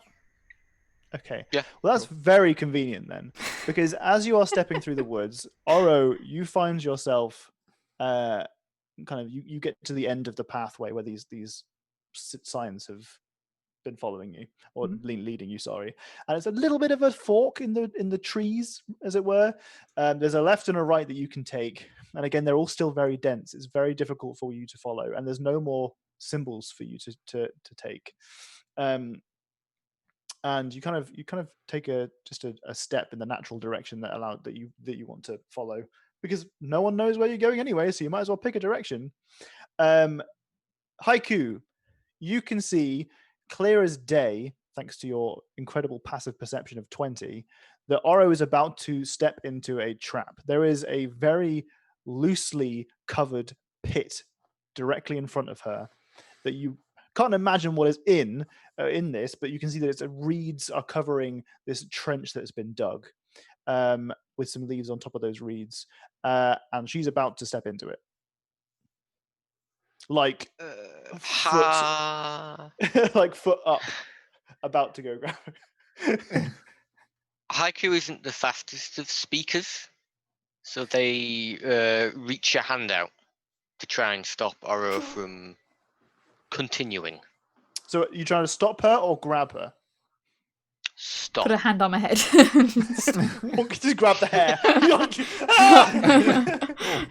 Would they be big enough to pick Oro up? Yeah. Yeah. Oh, Haiku just picks Oro up. Yoink. How does Makes Oro us go like react this. to? Yeah. So you don't know that there's a trap in front of you. You've just been yanked out of the air by Haiku. You can like the hands of turtles are not super smooth, and you can kind of just almost feel like almost a little bit of a scaly skin that kind of grabs you either side, and you are pulled up against a hard shell, and you can hear the tinkling of gears and trinkets on the back of this shell as you are just swept up very briskly. How do you react to that? What? What's wrong? You're not going to kill us now, are you? That's very inconvenient. You were just about to step into a pit. Oh. Do I see it now? Now that it's been... Now that he's pointed out, you absolutely do see it, yes. Oh. Well, thank you for not killing me and not letting me fall in a trap. How could you please put me down? Yeah, I place you down on the floor. Okay. Well, no. To You my just side. fall on the ground. No, Thank definitely you. not on the Now that you've seen it, drop. Okay, Now- so there's traps here. One direction that you've got is Pit Trapville. Right. The direction that you didn't take is the other option that you have. Where would you like to go? I would How like... long is the pit? Sorry. It's difficult to tell from where you are. All you can really see is that there is a segment of a corner that wasn't well covered, which is what allowed you to spot it. Okay. I feel like a trap is probably the right way to go, because otherwise, what are they protecting? It. A good point. I would like to use my find traps. Well, can you use for it. that? Is it like a... Yeah, in 120 feet. Any trap within range. So I've seen this one. I want to see... Well, I know this one's here, but I guess it would be good to know how big it is or whatever. Mhm. Yeah. So do that. remind me, does that like outline them? Let's have a read. Sense any traps. Sense an area affected by the last bug. Merely reveals that it is present. You don't learn the location of each trap, but you learn the general nature of the danger. Okay. Well, I'm gonna one up that just for this particular occasion. We will revert to the just spell's general usage afterwards, and say that looking down this pathway, you can see that it is littered with traps. It is everywhere that you just have this general sense that this is just very well defended. However, your senses give you this knowledge that there are locations along this pathway that are safe. And it seems to you very unlikely that someone would make those specific locations safe unless it was maybe a path. Okay. Hey guys, I got good news and bad news. Always the What's bad good- news first. Oh. Okay, the bad news is this is littered with traps this way. Loads of them, everywhere. A lot of traps. The good news is that I can see that there's like bits where we could stand and be fine. Like it is a path, but a very dangerous path. So we'd have to be very That's careful. the good news. Yes. The good news is it didn't fall in that trap also. Eh? The correct way is usually the most difficult one. Yeah. Can I use prestidigitation to try to like, now that they've pointed out the corner that's like not super concealed, can I like try to blow this stuff to the side so whatever is covering the top falls and we can maybe try to uncover at least that one? So no, but only because that is a bit much for a cantrip prestidigitation. Since It it's a lets you small, poof it's a small, wind? yeah, it's a small gust of wind. Okay. Well, you Small- said read, small- so I thought that this was really light stuff that was on the Well, top. it's like kind of slightly. It's like a more hefty woven weeds. mat kind of Yeah, thing. yeah, Okay. exactly. Yeah, Gotcha. yeah. So yes and no. You can do a and just move a couple of leaves out the way, Okay. but it really is not a super effective way of doing it. So I'm gonna poke it with my quarterstaff and try to like I'm literally still standing behind the two of them as she's talking, and she's like, "This is littered with traps," and I'm gonna try to like lift up the edge just so that we can see like what's under there.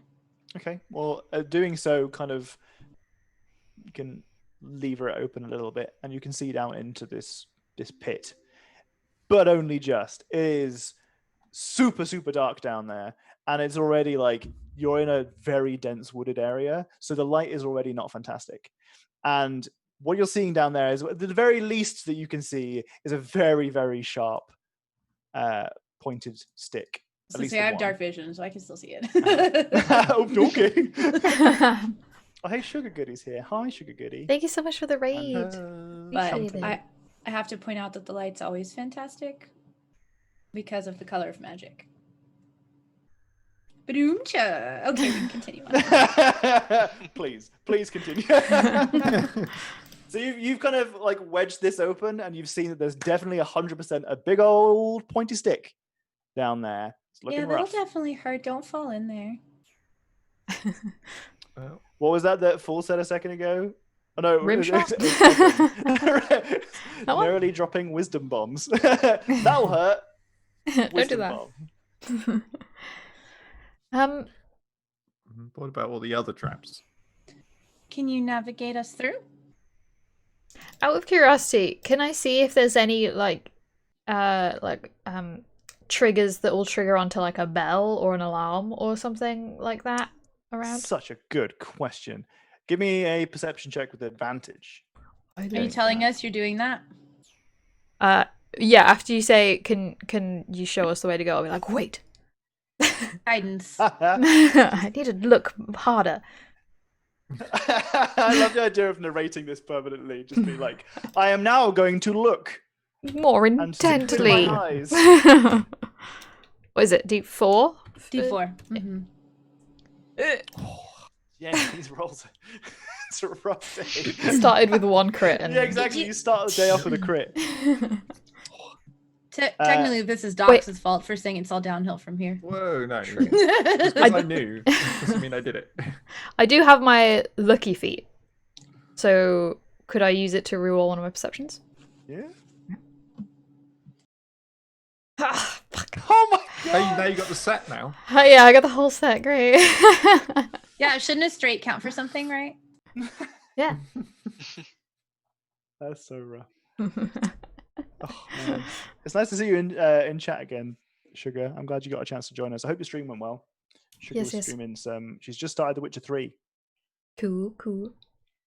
So if anyone ever fancies popping and watching some Witcher 3, Such a good game. it's a very, very good game. Made me cry. So no, unfortunately, you don't see anything that particularly links up to like a bell.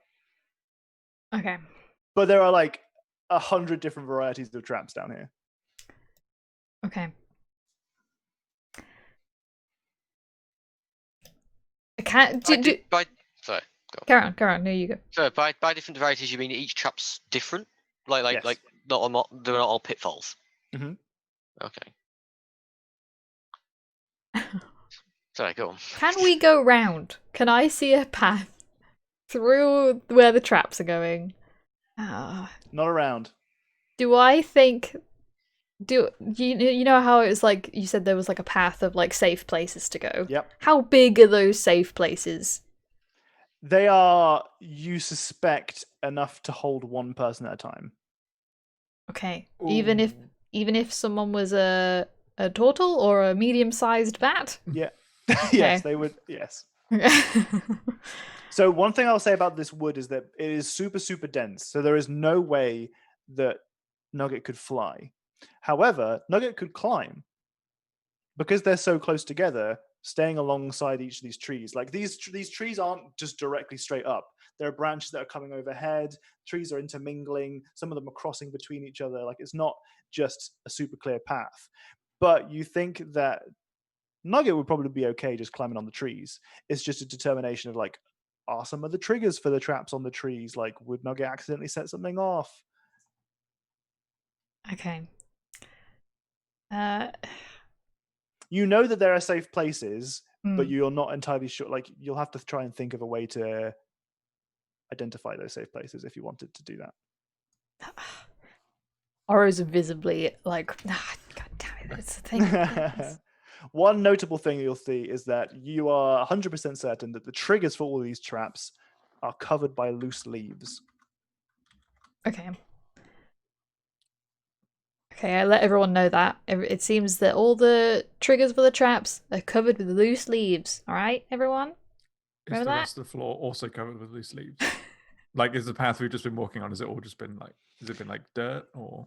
No, it's been dirt and loose leaves, but nowhere near as packed as this. This is absolutely, now that she's pointed this out, this is absolutely purposefully laden with leaves in a very Are there areas where there are no loose leaves? No. I could try to disturb them and just generally move it around to help you see. I feel like that might be a good idea, but the DM laughed, so No, I'm not I'm sure. laughing because I just like it's the prestidigitation trick again. I want to see if she's just like, I'm gonna try and disturb the leaves. One leaf flop. I'm thinking of a practical way to give her advantage on being able to sort her way through this and give us Sure. a safe path instead of just saying I help. Yeah, I mean, if anyone has any ideas on how to trigger these traps, maybe that's a good idea. Could just run through them. We might not want to trigger them because they could be more than just pitfalls. They could be things that send us to different places or make us lost in here forever or blow up. Because that happens sometimes. Sometimes things blow up. Just spontaneous combustion, you know? Like, Yeah, you All don't on their really own. know. that like how fiery things can get. Yeah. And we're surrounded by wood that's flammable, so you know. Haiku does have a pair of boots, which may be of help. Oh, Are they made for walking? Tom's It- hideout. Is this now? Is does Haiku speak in third person? No. Sorry, I did this was out of character. I have a pair of boots, which may be of help in this situation. Oh. shoes are good. they're known as the boots of the winding path. It's a This is fancy one name. pet. What do they do? Very fancy. Well, I haven't yet used them. However, I'm under the assumption that they allow one to teleport. Gasp. However, I've only got one pair. Yes, of course. Uh, And I assume they only guess- fit you.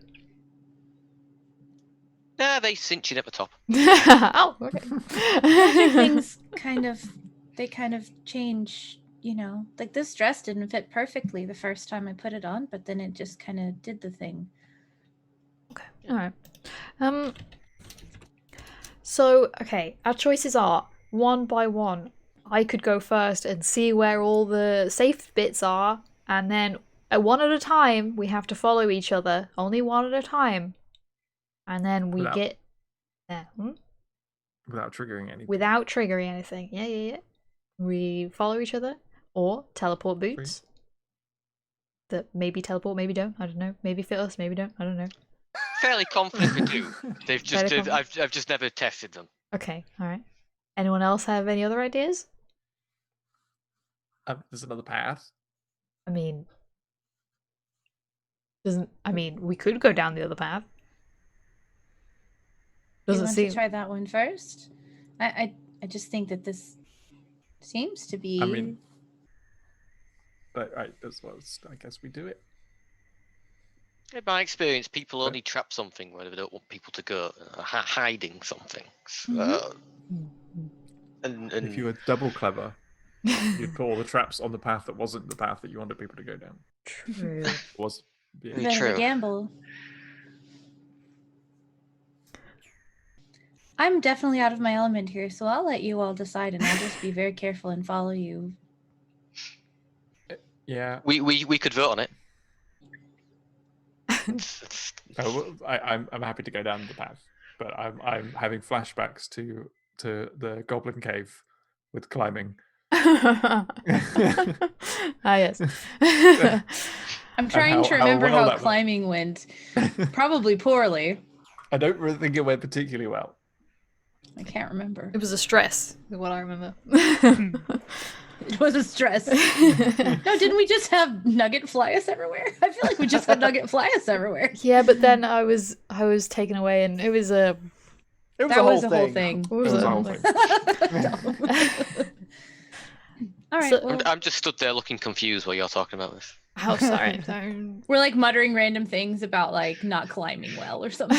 Like, okay. Who's Nugget? I don't fucking know. So who's going first? Well, I guess I better go first.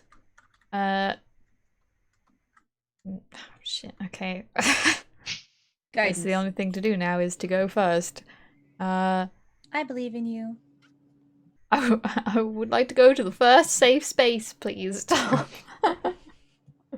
Advance one safe space. Before you go, can you point out if there are any traps that are triggered not at ground level?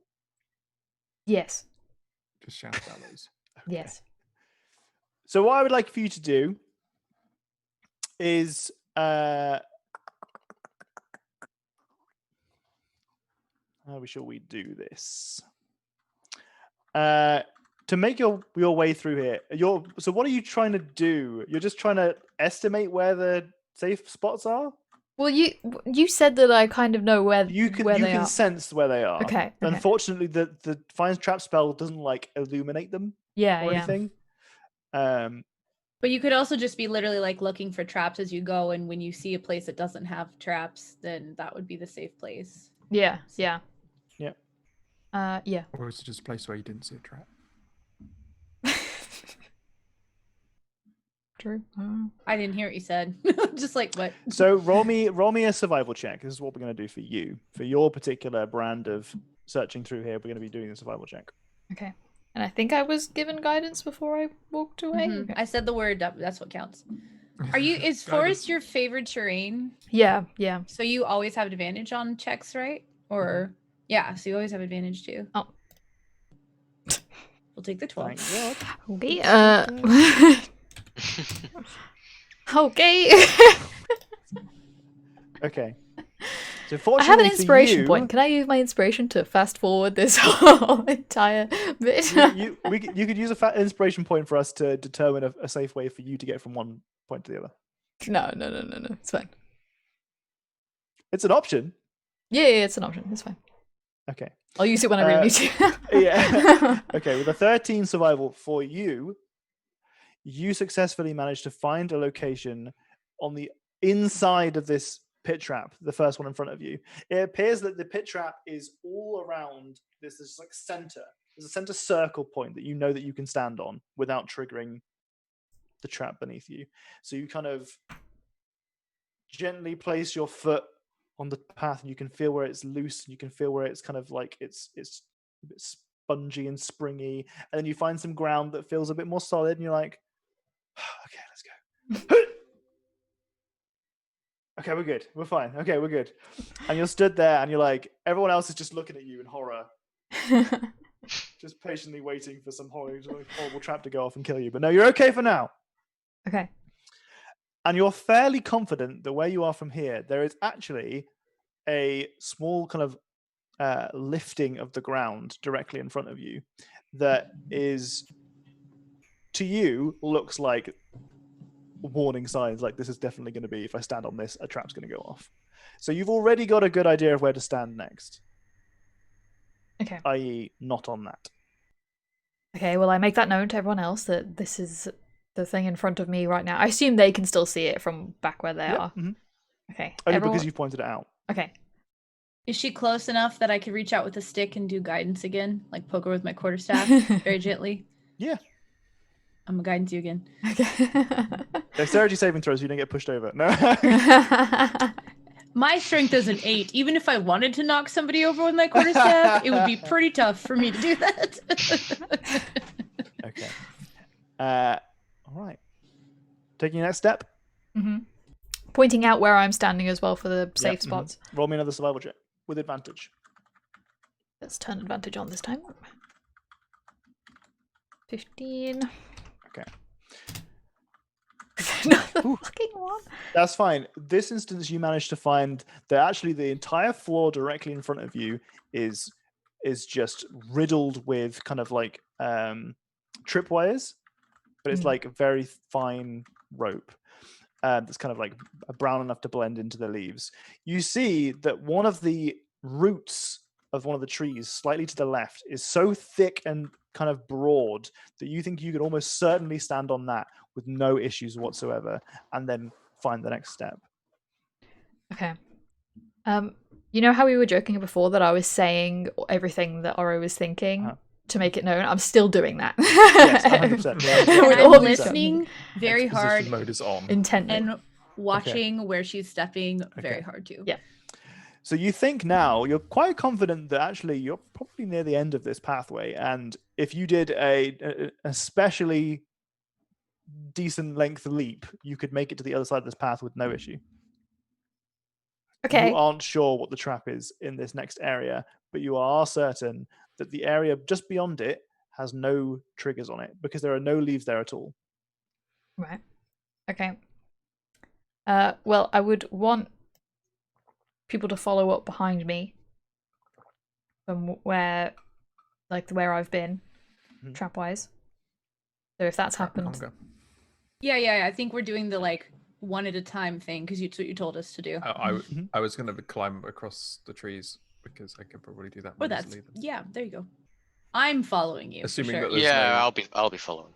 no like tripwires or yeah. high up Sure. traps. Okay. Well, you're gonna make this leap. It's gonna be fine for you. You're absolutely gonna nail it. However, everyone else is gonna have to make rolls. This is mostly because she's a bloody circus artist, but also because she's a ranger. So she's fine.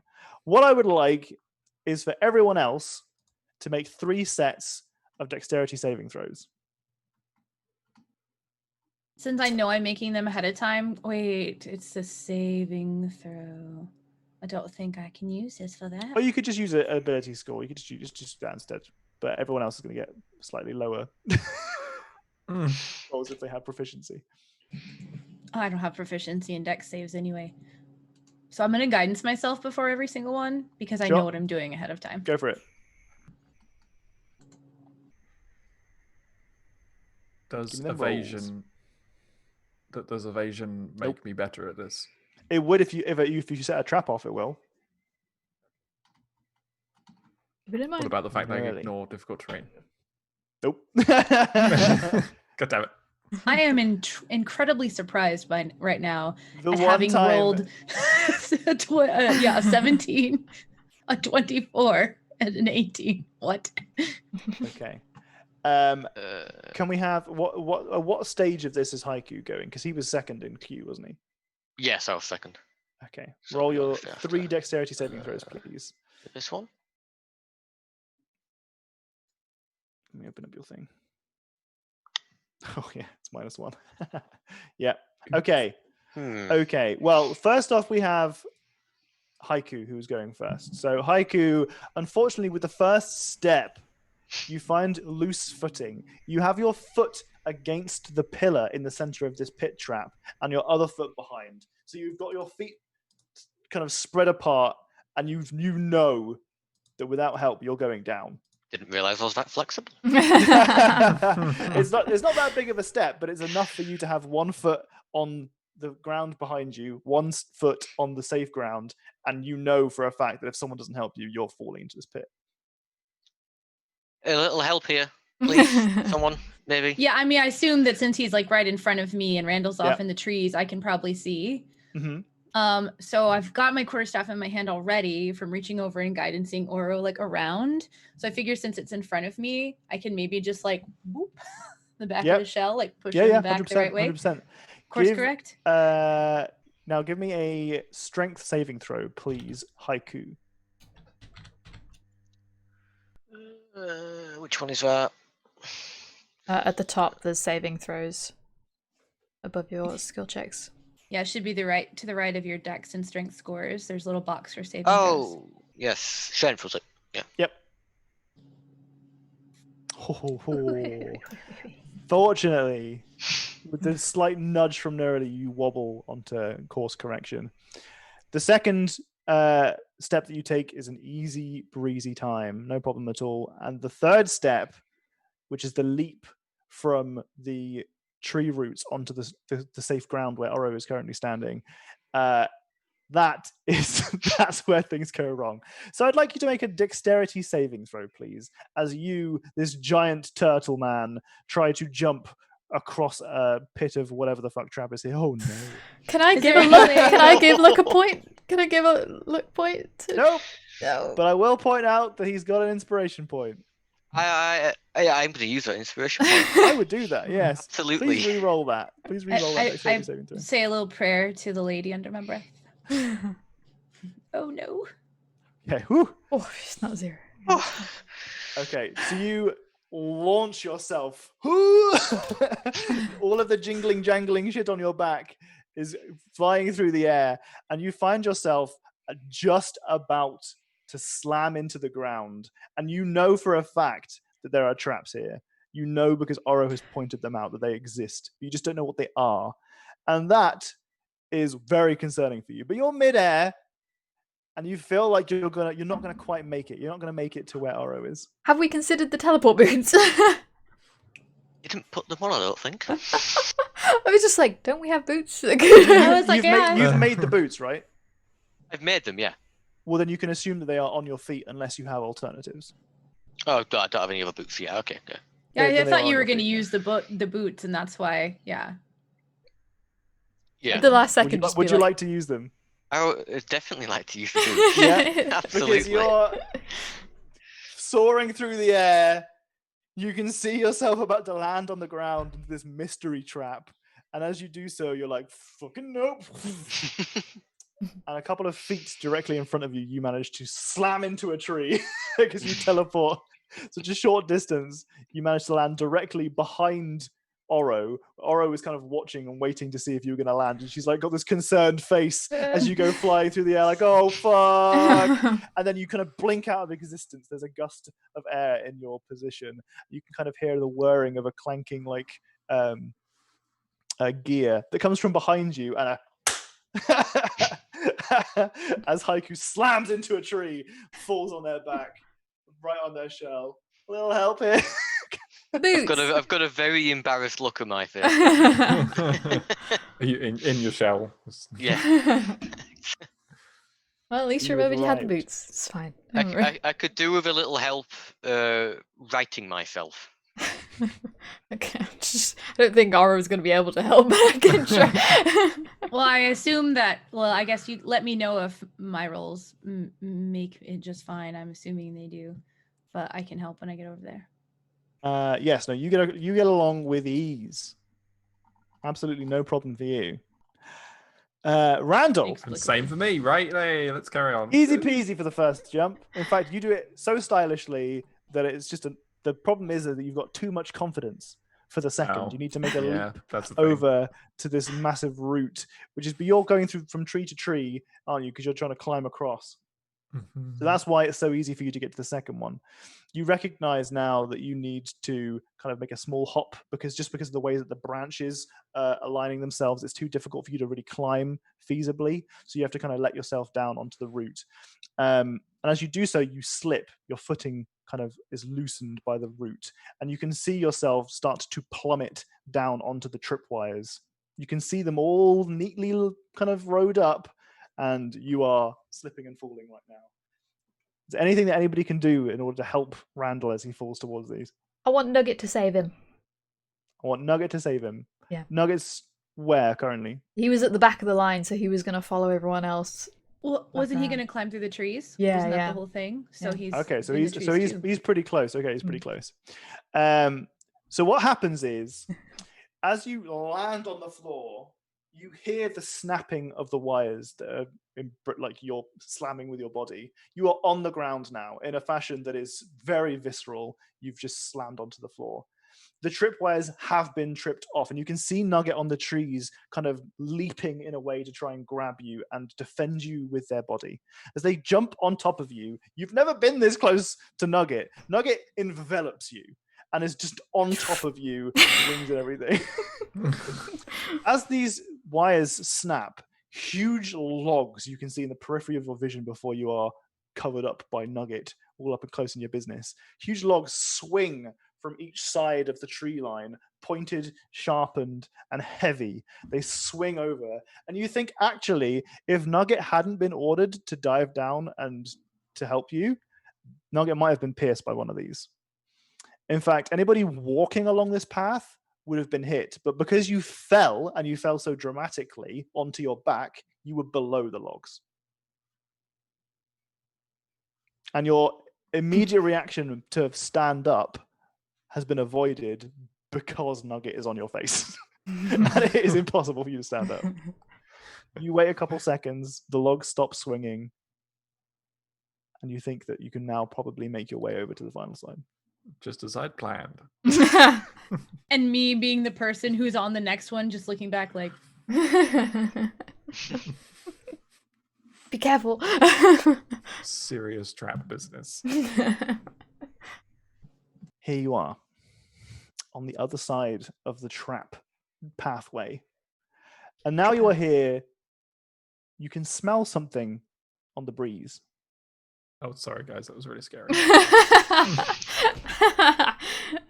prestidigitation.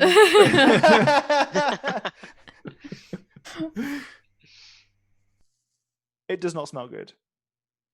What does it smell like? It smells like a foul muck. But it's kind of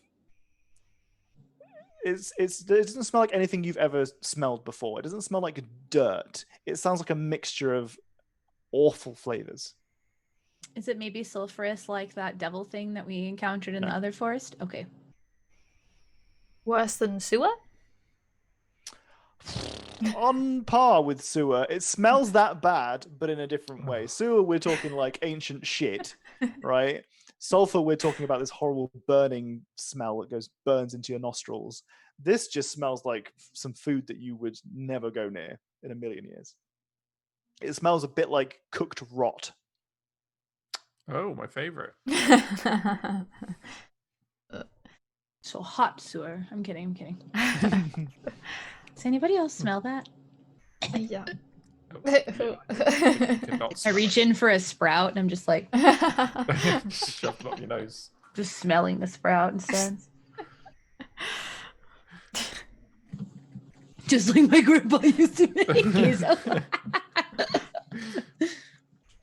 What's ahead of us now? Now we're through the traps. Stink. The signs have reappeared, Yeah. and you think you could follow them. Carefully. Much carefuler. Carefuler than last time. Carefuling. Carefuling than last time, please. That's the kind of thing that a DM hears, listens out for. The words, I'm Carefully? carefully doing this. Okay, that's what you said. You said carefully. Good. It looks like this was the right way. If there's more signs. Yeah, maybe. She's plugging her nose now. Yeah, but perhaps. Here's something legitimately can use prestidigitation for. I've got a sprout, but I can have 3 different active prestidigitation effects going at the same time, so they're each smelling strawberries. Oh, well, you could prestidigitate the sprout to smell like strawberry. I can only do 3, so if I'm doing all 3 of them, they get That's what I'm strawberry and I saying. get sprout. Oh, I see. Okay. Okay. I like sprouts. Are we following the path? Carefully. Well, we ain't going back. Yes. Seems like the best option. Okay. Onward. Well, as you follow the path, this smell gets stronger and stronger, and it gets to a point where you can hear some sound accompanying this smell. It's kind of a bubbling noise, and it as you continue down the pathway, you see that there is actually almost blended into the trees itself a kind of a thatched roof. There is a small incline in the path that you are following, and it appears that there is a hut tucked here. Haven't we already done the go to a cabin in the woods that's surrounded by traps? Yes, this does That ring one a bell. wasn't traps. That one was surrounded by bad things because that one was all burnt down. No, there was Oh, that. There was another one. There was was the one hermit with in traps. the woods. There was the dude near He gave Oh the guy yeah, with the drift the globe. mill. Yeah. Mill. Oh my And god. the Yeah. puppets. mhm. That The was puppets. amazing. I thought they Oh, were yeah, perfectly puppet normal suit. puppets. Totally it seemed normal. like a very nice Not at all creepy. habit. Habit to have, I suppose. Turns out people who live in somewhere called the Hermit Woods don't want company. Plot I was twist. gonna ask if the house was made of gingerbread, but it's not, is it? It's made of Nope. sprouts. But the front door that is on this side of the pathway is open. Inside, you can hear the bubbling and actually conversation almost.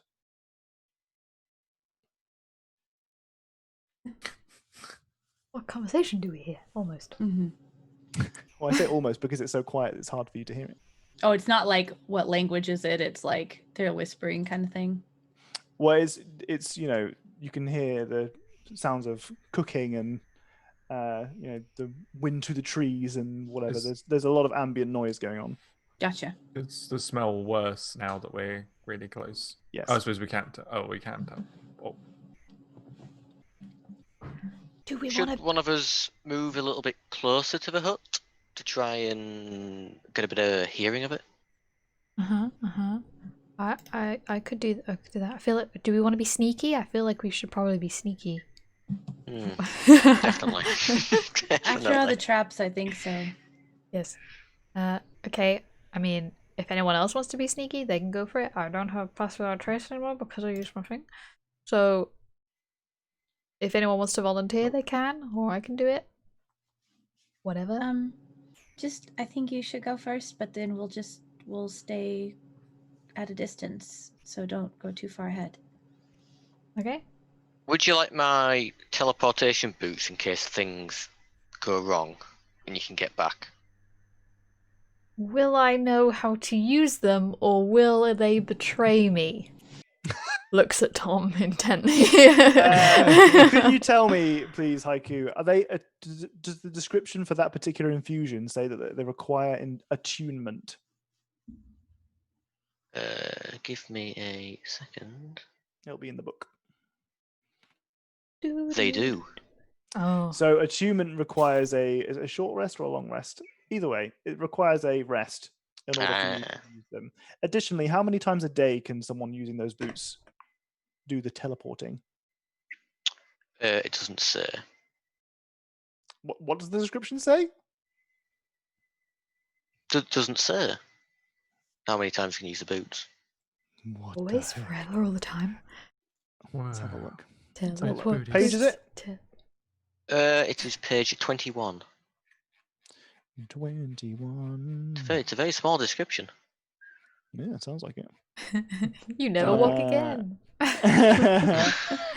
Boots of the Winding Path requires attunement. While wearing these boots, a creature can teleport up to 15 feet as a bonus action to an unoccupied space the creature can see.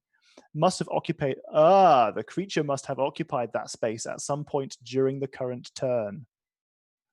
Oh. Oh, so you can go forward and back. Yeah. So you Okay. can move, do a thing, and then teleport backwards with no repercussions. Which is a neat idea. Completely ruins your teleporting forward thing. It does, yeah. But It's already happened. it's already happened, and we can stretch it a little bit and canon say that Hmm. perhaps this portion of the wood is a part that you traveled through in Yeah. your getting lost state the night before. Mm-hmm. Your tracer, Yes. exactly. Yeah, Tracer. But anyway, so yes, they do require attunement, which means that anybody can use them, but it takes a rest for you to be able to put them on. Okay. You can travel back and try the last jump again. Yeah, can instead say of that, going we can say that. forward. You jumped, you realized you were going to fail, you teleported back, you jumped until you knew that you were going to make it. And Yeah, then law you of landed. averages, you'll eventually make Yeah. it. Yeah. That makes sense. Does that mean he gets his inspiration back? I don't think I deserve that. Oh, I was gonna say, because you're still getting used to new character and abilities, and I'm just trying to. Yeah. So Katie No? would be Okay. a more generous DM than me. Don't worry, we're getting to a good bit. Regardless, someone's being sneaky, right? Is that right? Yes, that'll be sneaky. You're Snicky gob. Roll me a stealth check. Reliable low rolls today. Very average rolls. Average. Sorry, average. Okay. You slink through the shadows towards the side. No one knows. Through towards the there's a small window, this hut, as well as the open door. Which would you prefer to look through? Whichever one I can hide better. The window, then. Okay. As you get to the window, you can see inside of this small hut. It stinks at this window. This whole place is disgusting. It looks like some kind of like fetid discharges all over the surfaces. There is a huge pot in the center, a cauldron of some kind with a bubbling broth inside that is a deep green that you can see almost is slime, and it's kind of wafting through the door in the direction of your party members. In this room, there are several altars that have similar etchings in wood that you've seen on the trees outside, that you can determine already just from seeing them that they are definitely some kind of runic magic. Some twisted and dark thing lays here. And you can see that many of these items, these effigies, are made from bones. Some of them you think might be human. But you see on the far end of this room a spirit. you know it's a spirit because they are transparent almost. You can see that the edges of their being are kind of tears almost, like their figure isn't perfectly well outlined. And you can see that as they sit on the stool at the far end of the room, there's like a black kind of gunk that's dripping off of their shoes, as it were, and seeping onto the floor. But they are reading a parchment and speaking to themselves. They are wearing, we'll say it's swamp noble attire. It looks as if this individual at some point was in possession of fine clothing, but being in a location such as this for an extended period, it's ripped and torn to a certain extent, and they've tried to patch it up with just bits of common material. So it looks like it, the design of the attire is very, fashionable for the city, but the material it's made out of is just kind of patched together. Can I understand what they're saying at all? Yes, absolutely. From this distance, it appears that they are reading a play. Okay. Can I It get? seems like they're reading the same line over a couple of times to try and make sure that they vocalize it correctly. What's the line? Well, it kind of fluctuates. But you get a challenge to my domain. A challenge to my domain. No, okay, doesn't sound. I can't get it right. What do I know? How do I say this properly? They're kind of just mumbling to themselves now. Okay. After watching them for a moment and seeing if they do anything else, I would like to go back to the party. Can I do that? Is everything fine? Slink over, slink back away. Yeah. Mm-hmm. Okay.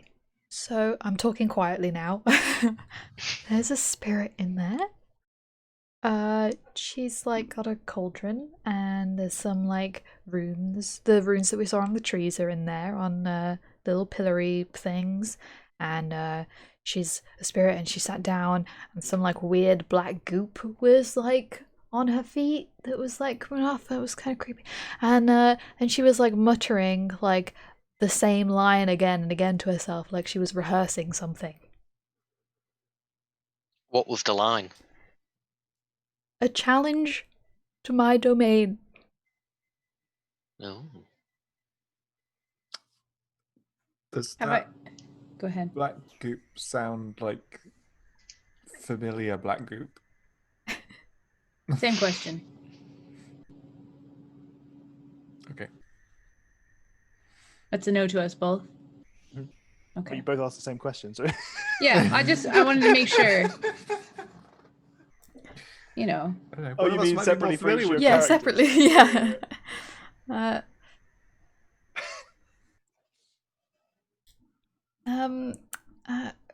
I Were there any other people there? Because we're looking for a party of 3, right? did I see anyone else in there? Nope. Nothing. Haiku, what items were you missing? Maybe some of those were in there? I was missing a crystal or a gem of the main item that was afterwards. Was there a crystal or like a gem like thing in there? Did I see anything? No. No, I mean, I know, you said you didn't see anyone else. Was there any evidence that there may have been multiple people there, even if you didn't see them? Because there was three people I'm missing. No, not that I know of. No, not that I saw. I mean, I can go back and have another look if you want me to. They could be somewhere else, just being held not in the hut. Yeah. Could be. If they're in there rehearsing lines, they're planning on talking to someone, theoretically. Yeah. What do you want to do? Do you want to just go and knock on the door and go in? Or Should we maybe scout maybe the other side of the hut? Perhaps? I mean, I'm keen to find the 3 people. Hmm. Because they could be tied up at the back. We just simply couldn't see them. So this Wishful one thing thinking. I'll clarify here is that the cottage, this little hut that you saw, has 2 doors, one on the side that you're on and one on the other side. There are a couple of different windows that peek out, but the tree line that you are still in is so dense that essentially what you have walked along is a small pathway directly to her door. There is no way to circumvent this hut. Okay. If you're taking this path, you're going through this hut. Or over it. Like I said, the tree cover is so dense and tight Oh. that it's quite claustrophobic, really. Into the woods. It's you're getting the sense that this has been orchestrated, and not that your part in this has been orchestrated, but this whole it's been designed. This pathway, this the woods in particular, they have been designed by somebody, and that if you were not following those signs, you might just be lost in a wood. But the fact that you're following those signs is you've essentially just walked up someone's garden path. Yeah. So you're saying there's no way to go around and peek around the side to see if there's someone there. Mm. Okay. So we've got to go up to the door and Yeah. either politely turn knock on back. it or something else. Oh, yeah, we could turn back. Hmm. I mean, we might as well ask, right? Yeah. Either they'll fight us or they'll answer. Never hurts to ask. Okay. Well, sometimes it does, but Yeah. this will probably be fine. Go ask the spirit lady that's gooping on the ground and okay, yeah. Just don't mention the goop. No, don't even look at it. No. Yeah, Don't apparently acknowledge the dead goop. things don't know that they're dead, so we'll just pretend that she's alive until she says otherwise. Okay. I might have miscommunicated this properly, but it is a gentleman who sat here Ooh. in their fancy noble attire. Oh. I take full responsibility for not properly communicating. Maybe he. Okay, let's go say hi. Do you want to do the talking haiku, or do you want somebody else to do it? I will knock on the door. I'm very good at befriending people. Maybe we can get around that way. Okay. Okay. Well, the door is wide open, but you do give it a rat-tat-tat. And at the stall, this gentleman looks up and says, "Hello." Good day, sir. How many of you are there? There's 4 of us. And a bat. A blessing. Oh, so, and a bat. Sorry, it's 5 of us. Come in, come in, come in, come in, come in, come in, come in, come in, come in, come in, come in. I'll just stand at the Inside door. check? We get insight from come in. Because somebody could be murderously excited, or Come in. yeah, exactly. You roll inside check. Furiously sharpens blade. Come in, come in. Come in, please, quick. Hey, I only have a 2 insight. I was thinking of my other character. Heck, 7. Big 7. Hard to read this ghost that's very excited about you coming in. Come in. I can't go in until you move. I'll go in. I'll have to duck a good amount, I assume, to get through the door. It's quite tight, yes. You do, but you do manage to shuffle in. Everyone else following suit? Me and Nugget are standing at the door. I was going to say there's not enough space for everybody, so Nugget has to sit at the door. Oh, yes. Oh, I'm so excited. I'm so excited. Oh, you've come at the perfect time. I've just been rehearsing What are you rehearsing for? my play. What play is it? Will we be familiar with this play? Well, I wrote it. It's not done yet. I need to practice it. I've not thought of a title yet, but I think you'll enjoy it. Well, What's it about? Oh well. I have an excellent idea. Why don't I give you a script, and you will play a part? Role playing is kind of weird. I don't know if I'll.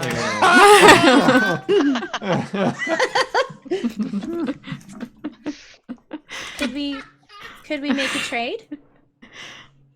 For what? We'll ask you some questions afterwards, and you'll answer if we do this. Yes. Yeah, that's a brilliant idea. Well. Okay, we have. Oh, I'm so excited! This is so exciting. Okay, right. Well, I need 4 characters and someone to read stage directions. I'll read the stage directions. I need a great warrior. I need the horrible beast. I need the magnificent bard. And I need Definitely not typecast. and I need the idiot peasant. Fuck, damn it.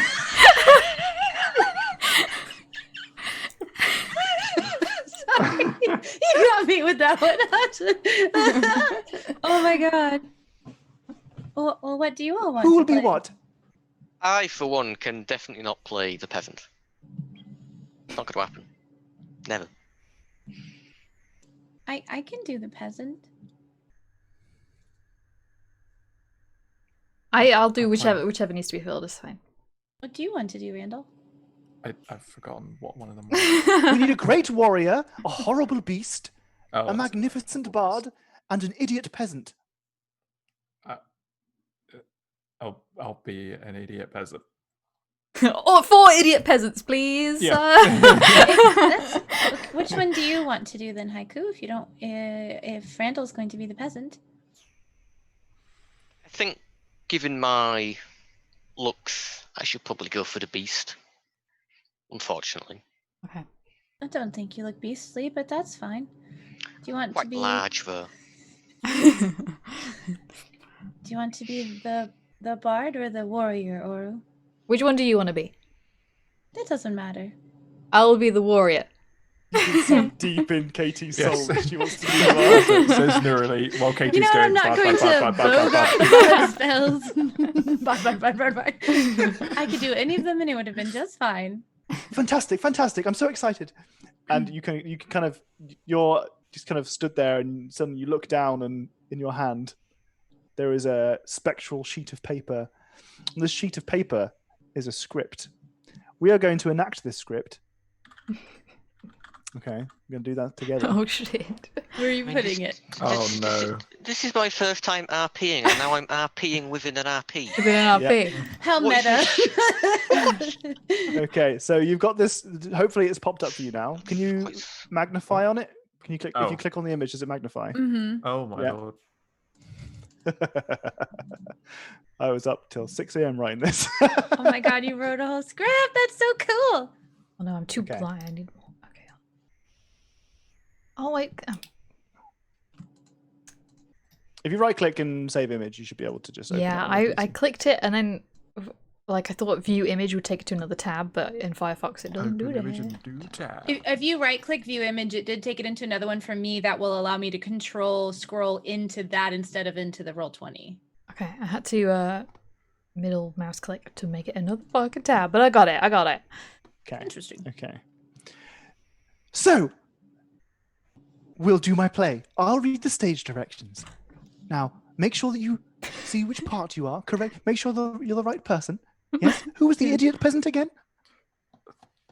Yes, excellent, fantastic, idiot peasant. Very well. I shall set the scene, and then we will begin with your contribution to the scene. Okay. Very well. Mhm. I set the scene. In the swamp of the hermit's woods, where those that seek peace do away, the mighty warrior, in amongst the village buildings, dost hear the appeals of the locals before the horrible beast does taunt them. Who do I do say? I do not know if I am alive or dead.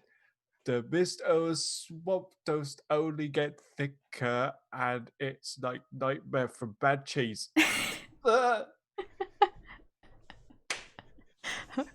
Please roll a performance check, and we'll move on. The peasant idiot does flail their arms around in frustration, for it is impossible for them to comprehend. Well said for a stupid, dumb, idiot simpleton. It's as if a misty veil of Kalimvor does lie atop this dim, damp swamp. Not even in the greatest of tales does a fog exist such as this. A great evil must be here. The bard scratches their chin and cleans their monocle, perturbed but not disheartened, for they have the company of the mighty warrior. MB, it's you in brackets. MB, Still the bard. magnificent bard. Still the Oh, bard. sorry. I was gonna go back to do my performance check. Say, warrior, what does concern you more? This cries of the plebeian, or the evil that doth liveth yon? The great warrior does pace from the stage from whence they were set, swinging their mighty blade to their shoulder.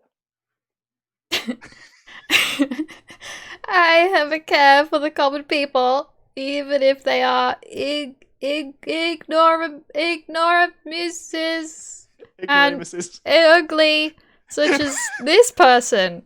Oh, so great evil must be destroyed for my faith. I care to leave this world better than I find it. Great warrior's hair is flowing now from wind. Whew. I may be poor of intellect and looks, but I do think that it cannot get much worse than what it done be now, great warrior. Warrior. Magnificent bard slaps the peasant, who falls from the floor, dizzied. Tiny birds circle their head to indicate stunned stupidity. You were wrong. Haha. Pause for laughter. Yes, very good, very good. A voice from the fog does emerge. Rah! A challenge to my domain doth approach, and with it my tongue finds a thirst. Seek you, weak being, to slay me? Dost thou not fear thine own life? Dost thou not care to live? Great warrior readies their blade and faces stage left. Good Good looking. looking. I fear not, because my faith is true and pure. The moon be with me, I shall smite thee. If only my gorgeous bright hair was enough to burn through this mist. Your moon cannot reach through my dark smoke, hero, and my rending talons will cut your long hair and flesh alike. Naught will be left of you, and when I have slain you, I shall slay the paupers here. Your bard will never tell your tale. The magnificent bard looks to the audience and doth gulp audibly, knowing that they would not have had this tale. The audience will gasp. Yes, I gulped. Sorry. Face me here and now, monster. I shall do away with you without delay. A pause. The horrible beast is gone. Gee, great warrior, I please of you. Killeth the monster there so that I can live my stupid ways. Great warrior places a hand on ignorant Ignorant. peasant, even though ignorant peasant is filthy with grossness. I will slay this monster so that you can live on as stupidly as ever. It was amazing. The spirit gives you a massive round of applause. Please, anyone who has not rolled a performance check, roll a performance check on your skills sheets. Please. Yes. I had to go into a different tab to do that, so give me just a second. You get advantage because the audience gasped. I do? Or we all do? Everybody. I got 17. I mean, I already got a crit. Ooh, Oh shit. okay. Thank you, chat members, for applauding. Okay, okie dokie. Have we got one for haiku? We haven't got one for haiku yet. Please give us a performance skill check. Yeah, Jack, that was Jack, a 16. 16. Yeah, it's below What? mine. You can't see it because of my dazzling 19. Oh, I'm It's sorry. that. My fault. Wow. I And apologize. I only rolled a 12. I'm sorry. I'm sorry. Okay. Shouldn't I be able to add my bardic inspiration to that roll? Or a bard. To D6. I hate to break it to you, but not this time. Okay. Oh, amazing, amazing. Oh, what did you think? Yeah, it was good. Yeah. That's kind of how it goes. Yeah, that's pretty much it. Well, I've been a hermit away in these woods, writing for eons now. It feels like, and I'm so glad you like it. You're my first audience that isn't shit whose name I've forgotten. God fucking damn it. Patty. That's a weird audience. Patty? Yes, Patty. Who's Patty? Oh, you haven't met Patty? Well, this is her home. Oh, this isn't your home? I'm dead. Oh, you know. Okay, that's good. I'm surprised how many dead people don't realize they're dead. But that doesn't mean you can't have a home when you're dead. This could be your home while you're dead. Well, I'm only here because Patty saved me. Then this is your home. Most other spirits trapped in these woods do not retain such cognizance. Ah, blessed be to weary Patty Pygmies.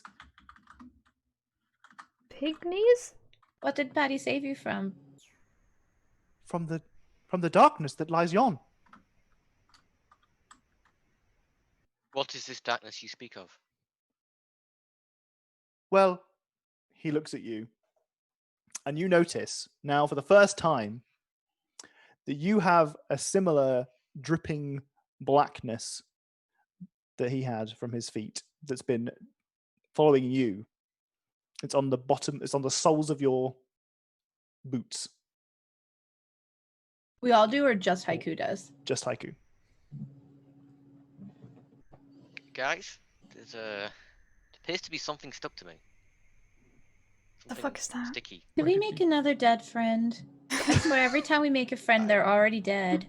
Well, at Oh. least we can't kill them. That's true. Fairly certain I'm not dead. I'm just gonna reach out and poke you. Perception check? Or insight check? You can do all the checks you like. Anyone want to do any checks on our friend Haiku here? I reached out and poked. What would that be? Investigation? Perception? Investigation, probably. I'm really bad at investigation. I befriend dead people. Do Yeah. insight. Oops. 12. He does not appear to be dead. Or they do not appear to be dead. I apologize. They. Okay. Thank God. 15 insight. Checking if I think you're lying about being alive. You are certain that Haiku believes they are alive. That doesn't help. What a They waste seem of alive my to time. me. Oh, I think my stream's died. Oh no, it's come back. Do you know what the goo is? Oh, my stream's died. I was going to say, is Jenny frozen? Because she's been sucking Yeah. on that Yazoo for a long time. Just Hello, am I gotta back? get- Yep. Okay, my stream died for a second. I was going to say, because all we saw in Zoom was just you like this. Yeah, you paused for me, Tom, but only you did for some reason. Oh, But I think we're back now. The stream's come back, I think. or at least on my side, It I can seems see to it. work well Yeah, for me. it's bad. Yeah, it's back. We're back. We're back. Yeah. We're back. I'm going to touch the black sticky goop. Okay, Nothing it bad is has ever come from that. sticky. Do I get nothing else from it? That is essentially. I mean, it Exactly. appears it's wet. It's very sticky, extremely sticky, but it doesn't. I mean, it doesn't. Doesn't hurt or anything. Does it smell? If you bring it close to your mouth, it's your mouth and your nose. It smells. Yes. And I definitely didn't just stand in a puddle as I stepped in. Not that you've seen. Okay. What's this black goop? I'm quite concerned. Yeah. Well, it doth dwell beyond. I don't know what that means. That doesn't So- help. So that means that in order to have that on you, you have to have been on the other side of Well, here. yes, Oh, that is where the black doth dwell. What's your name? Excellent question. Didn't come up with a name for this character. after complaining I about remember last to I ask. know you don't ask. I remembered to ask, and now there's not one. Oh. Oh, it's been too loud. What ever asks, He's opening a went- page of Oh. names. That's what's You happening. went super robot-y, yeah. download Googling those random names. D&D names quick. I can link you my favorite NPC generator if you'd like. They are called Merrin. Marin. Hello, Marin. My name is Merrin Billin. Or it was when I was alive. And you were Oh, saved from Yawn, but from what, Yawn? The darkness? The black that lives beyond, yes. What's the black? He looks down at his feet. That! This goop. How does that kill you? It did not kill me, I don't think. How certain are you that it didn't kill you? Not very. What do you think you died of? Well, he looks down and you see now that he's kind of been a bit more active. There is a gaping hole in his side. Probably that. That'll do it.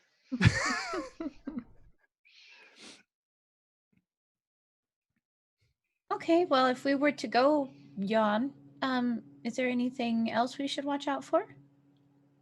Yes, the black. The black that is yon. Have you I'm seen... still quite concerned about what's currently stuck to me. I guess would be. that's the black. Like, is there any way to get it off? Like, we just wash it? Well, I don't know. It seems to drip from me for always. For always. So I'm producing it? Ooh. Well, I certainly am. You might not be. Okay. I definitely was before I was saved. What were you? You were saved from the black? Yes. Good old Patty. Where's Patty now? Well, I assume finishing her soup. What else does she need for her soup? Like I finishing think she was eating? looking for newts, Oh, maybe some frogs. Have you seen 3 other people come through here? No. Or any shiny crystals? Nay. Okay. Holes. Though you have helped me muchly, I wish to impart upon you all the help I can. So please, any questions? I will tell you that this is a very dangerous forest to inhabit. hmm. And that you appear to have made your way here. Did you stumble here accidentally, or no one else has ever visited of their own accord? No, we have a very skilled tracker, and I pat Oro on the head. Me. Trying Oh. races. Well, Patty's not the nicest to all folk. Perhaps you should leave before she returns. Is Patty prone to violence? Would you say? Patty is an acquired taste. Is Patty the one that put the hole in you and then kept you around for company, maybe? No. I had not met Patty till beyond death. When I was just a husk. An inky husk. Yeah. Does Patty There not are do others. Oh. There are others that have this curse upon them that perhaps you will encounter. What does the curse do? Mostly makes you drip. It's a pretty benign curse. Then I say curse in a very loose sense. inconvenience. Yes.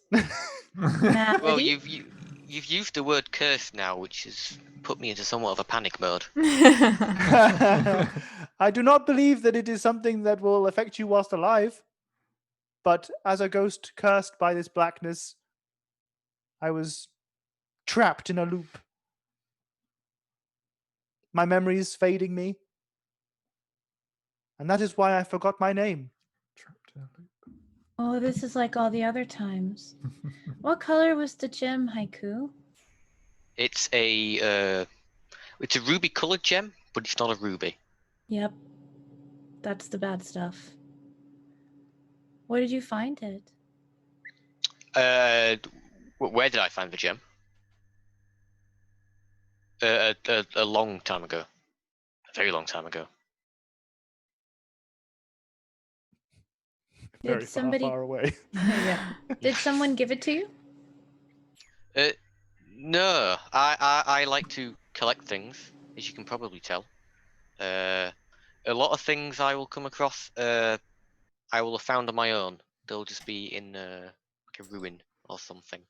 So the red gem was the first thing I ever found.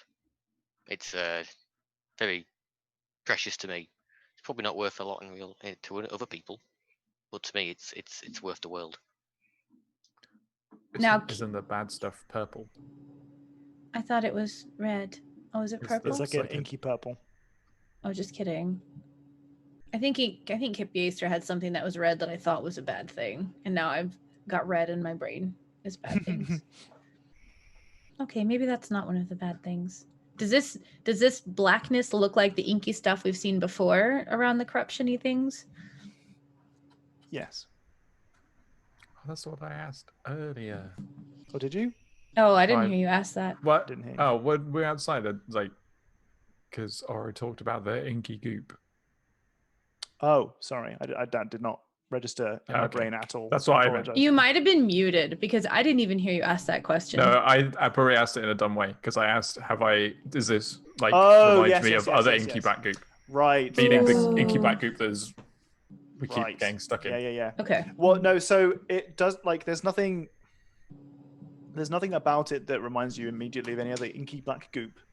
But the color and like the hue of it does remind you very slightly of the hue that was around the orc back in Right. the goblin encampment. The Okay. one who had that kind of blade of it's ink danger that goop. was. There's some danger goop going on. And it does seem to put things in some kind of time loop. It's loop goop, not danger goop. Loop goop. Oh no. Yeah. Well, I suppose we'll see if Thistle shows up again. It is a forest. True. Do we know where Thistle comes from? Blah, blah, blah. Like in character, do we know? Just that she's from the forest, basically. Okay. Near Nesmith. Katie's like, "Are we in the Feywild right now? Holy shit! Don't make any deals with anyone." No. Okay. Well, Do you know how you got stabbed? Or hurt on the side? No, I have forgotten. Does it look like a stab or does it look like a Give me a survival check ooh. or a medicine check. ooh, Or an ouchie check. A boo-boo detector. Do we have a boo-boo detector? may Do I get to I'll- run it twice because we're in a forest? With a wisdom check? Oh, look at you pulling that face. Okay. Can I do a medicine? Oh no! Can I do a medicine check? Because that's kind of my shtick. Mhm. Mother of God! Oh fuck. Just updated the crit fails. I'm Well, going thank to you for joining, use- everyone. I'm going to use a sorcery point to reroll that. 23. Ooh, Oh my god. That's okay. better. There we go. 636 23. Jesus. Oh my goodness. It appears as if his torso was rent in half by a talon of some kind, perhaps. Oh, jeez. It looks like maybe a beast, like a claw or talon. It doesn't look like a weapon, like a sword. They won't do that usually. Maybe. I I did see forget. that. I did see that creature earlier. The white beast in the distance. Did that have talons or claws? It was a big elk. Oh, probably not then. Do you say that it's an elk, or did they say that it was an elk before, or just call it a Well, beast? I told you that it I was an don't elk. think they did. Did you? Yeah. I think Yeah. you Oh, might have I done, forgot yeah. about Well, yeah. Tom did, but I don't know if so. Since we didn't see it, we don't know. We only know what you told us. So if you didn't say the words elk, then I don't know what it looks like. I Just think that you it's a might have white done. beast. Okay. I think. Did it look like it could have been an antler? No. I don't think an antler would make this type of wound. So it wasn't the elk I saw earlier. Mm-mm. No, I don't think so. Unless it can change its form. This looks more like being rent by a claw or talon. You're writing a play about a great beast. Do you think that this play you're writing is maybe the loop that you got stuck in and you've just forgotten? I don't know. This is just a tale What that does the beast I did hear from the locals. What does the beast look like in your tale? Well, I've yet to decide. Which locals did you hear the tale from? If we're the only people you've seen other than Patty. Well, the stupid peasants, of course. Where are the stupid peasants? In the swamp. Did they gesture like yawn? Yes. Oh, I think that might be your friends, Haiku. You did say that they weren't very bright, right? They weren't very bright whatsoever. How many stupid peasants do you remember there being? A village of them. A full village? Of stupid people, yes. Stupid I hate people. them. Why do you hate them? They're so stupid Oh. and ugly. Oh. Oh. Okay. Okay. That's, you know. It's- So it's Oh, okay to no. criticize somebody for their actions, but you shouldn't criticize them for the way they look. no. Well, it's been a pleasure having your company. Thank you very much for your help with my play. I'll get you tickets. Oh, that'd be great. We'll be there. Now, I would leave before Patty comes back. Patty Pickneys. Oh, weary Patty Pickneys. do we It's just interesting someone would choose a name like Patty Pigneys when you could choose a name like Patty Cake. As you're Maybe she discussing doesn't this, like cake. you turn to the door facing southwards, which is the door that you have yet to go through. And at the door is a shrunken, shriveled, dried up, but also at the same time worryingly moist, green, snot green, almost completely naked old lady who has long, dirty, ragged nails that holds onto the door frame. Bent over, you can see that her beard is long, and she looks at you, one eye crossed, the other several inches higher than the left one. Who are you? Well, we were actors in your friend's play for a bit. And that is where we will end today's session. We are actors. Actors! traveling actors? You see that her knees look like pigs. Dun, dun, dun. Wait, which bit of a pig? Pigs' knees? Yeah, or just pigs, like snouts and everything. I'll Just leave like the that up to tail. the imagination. Ooh. Oh yes, the cliffhanger. Did you all miss the cliffhangers too? Or Patty Melt? Good old Patty Pigneys. When you say her claws, were they like talons or like old dirty Her fingernails? nail. I said nails. Her nails Okay, were right. You were did say like- nails. My were brain like said claws. claws. Okay, cool. So they're nails. Just nails. Just nails. Who's that You're worth it. girl? Who's that lady? It's nails. Let me copy and paste the bag of holding story. Oh, yes, Oh, please. Sprout story. Sprouts. Sprout story. Sprouts. Mm, mm, mm, There you go. mm, mm, mm, Well, Sprout mm, Sprout story. mm. I'm very glad I to be noticed back. that someone made a clip. I think it was Evan, and in the title of the clip, it had Sprout in it. Oh! But I I didn't need to see if it see. was actually about sprouts, but it had like What like Relink the it to code. me. It's in the We're in Jenny's Discord. clips. Oh, okay, right. On the I clips. forget about Clip Discord. channel. We back, baby. We Peaceful back. ignorant sprout so bade. Oh, what? Oh, in the title of the shit. link. In the title of the link. Oh yeah, it does. And Oh my god. I'm really hoping it's actually also about sprouts because that would be perfect, but I haven't watched it yet. Whoa! Wait. What are That the actually Ah, odds? but generated link chances. title. That's bizarre. It was meant to. Right. Damn. On that We back, cliffhanger. baby. We back. We back. Hell yeah. Thank you very much for Jack joining us Mhm. today. Thank you for having me. Excellent show, especially because you know you're quite new to D&D. Yes. Yeah. Very good work. Very good. good work. I hope everybody enjoyed today's game. I very much enjoyed getting you guys to reenact a scene. That was fun. That was a lot of fun, yeah. When you're like Magnificent Bard, I was like, I mean, I don't want to say it has to be mine, but at the same time, no, I'm kidding. It's funny because I got the inspiration from that for the Halloween one shot that we were going to do. Because in that they had a bunch of different scripts, but they were so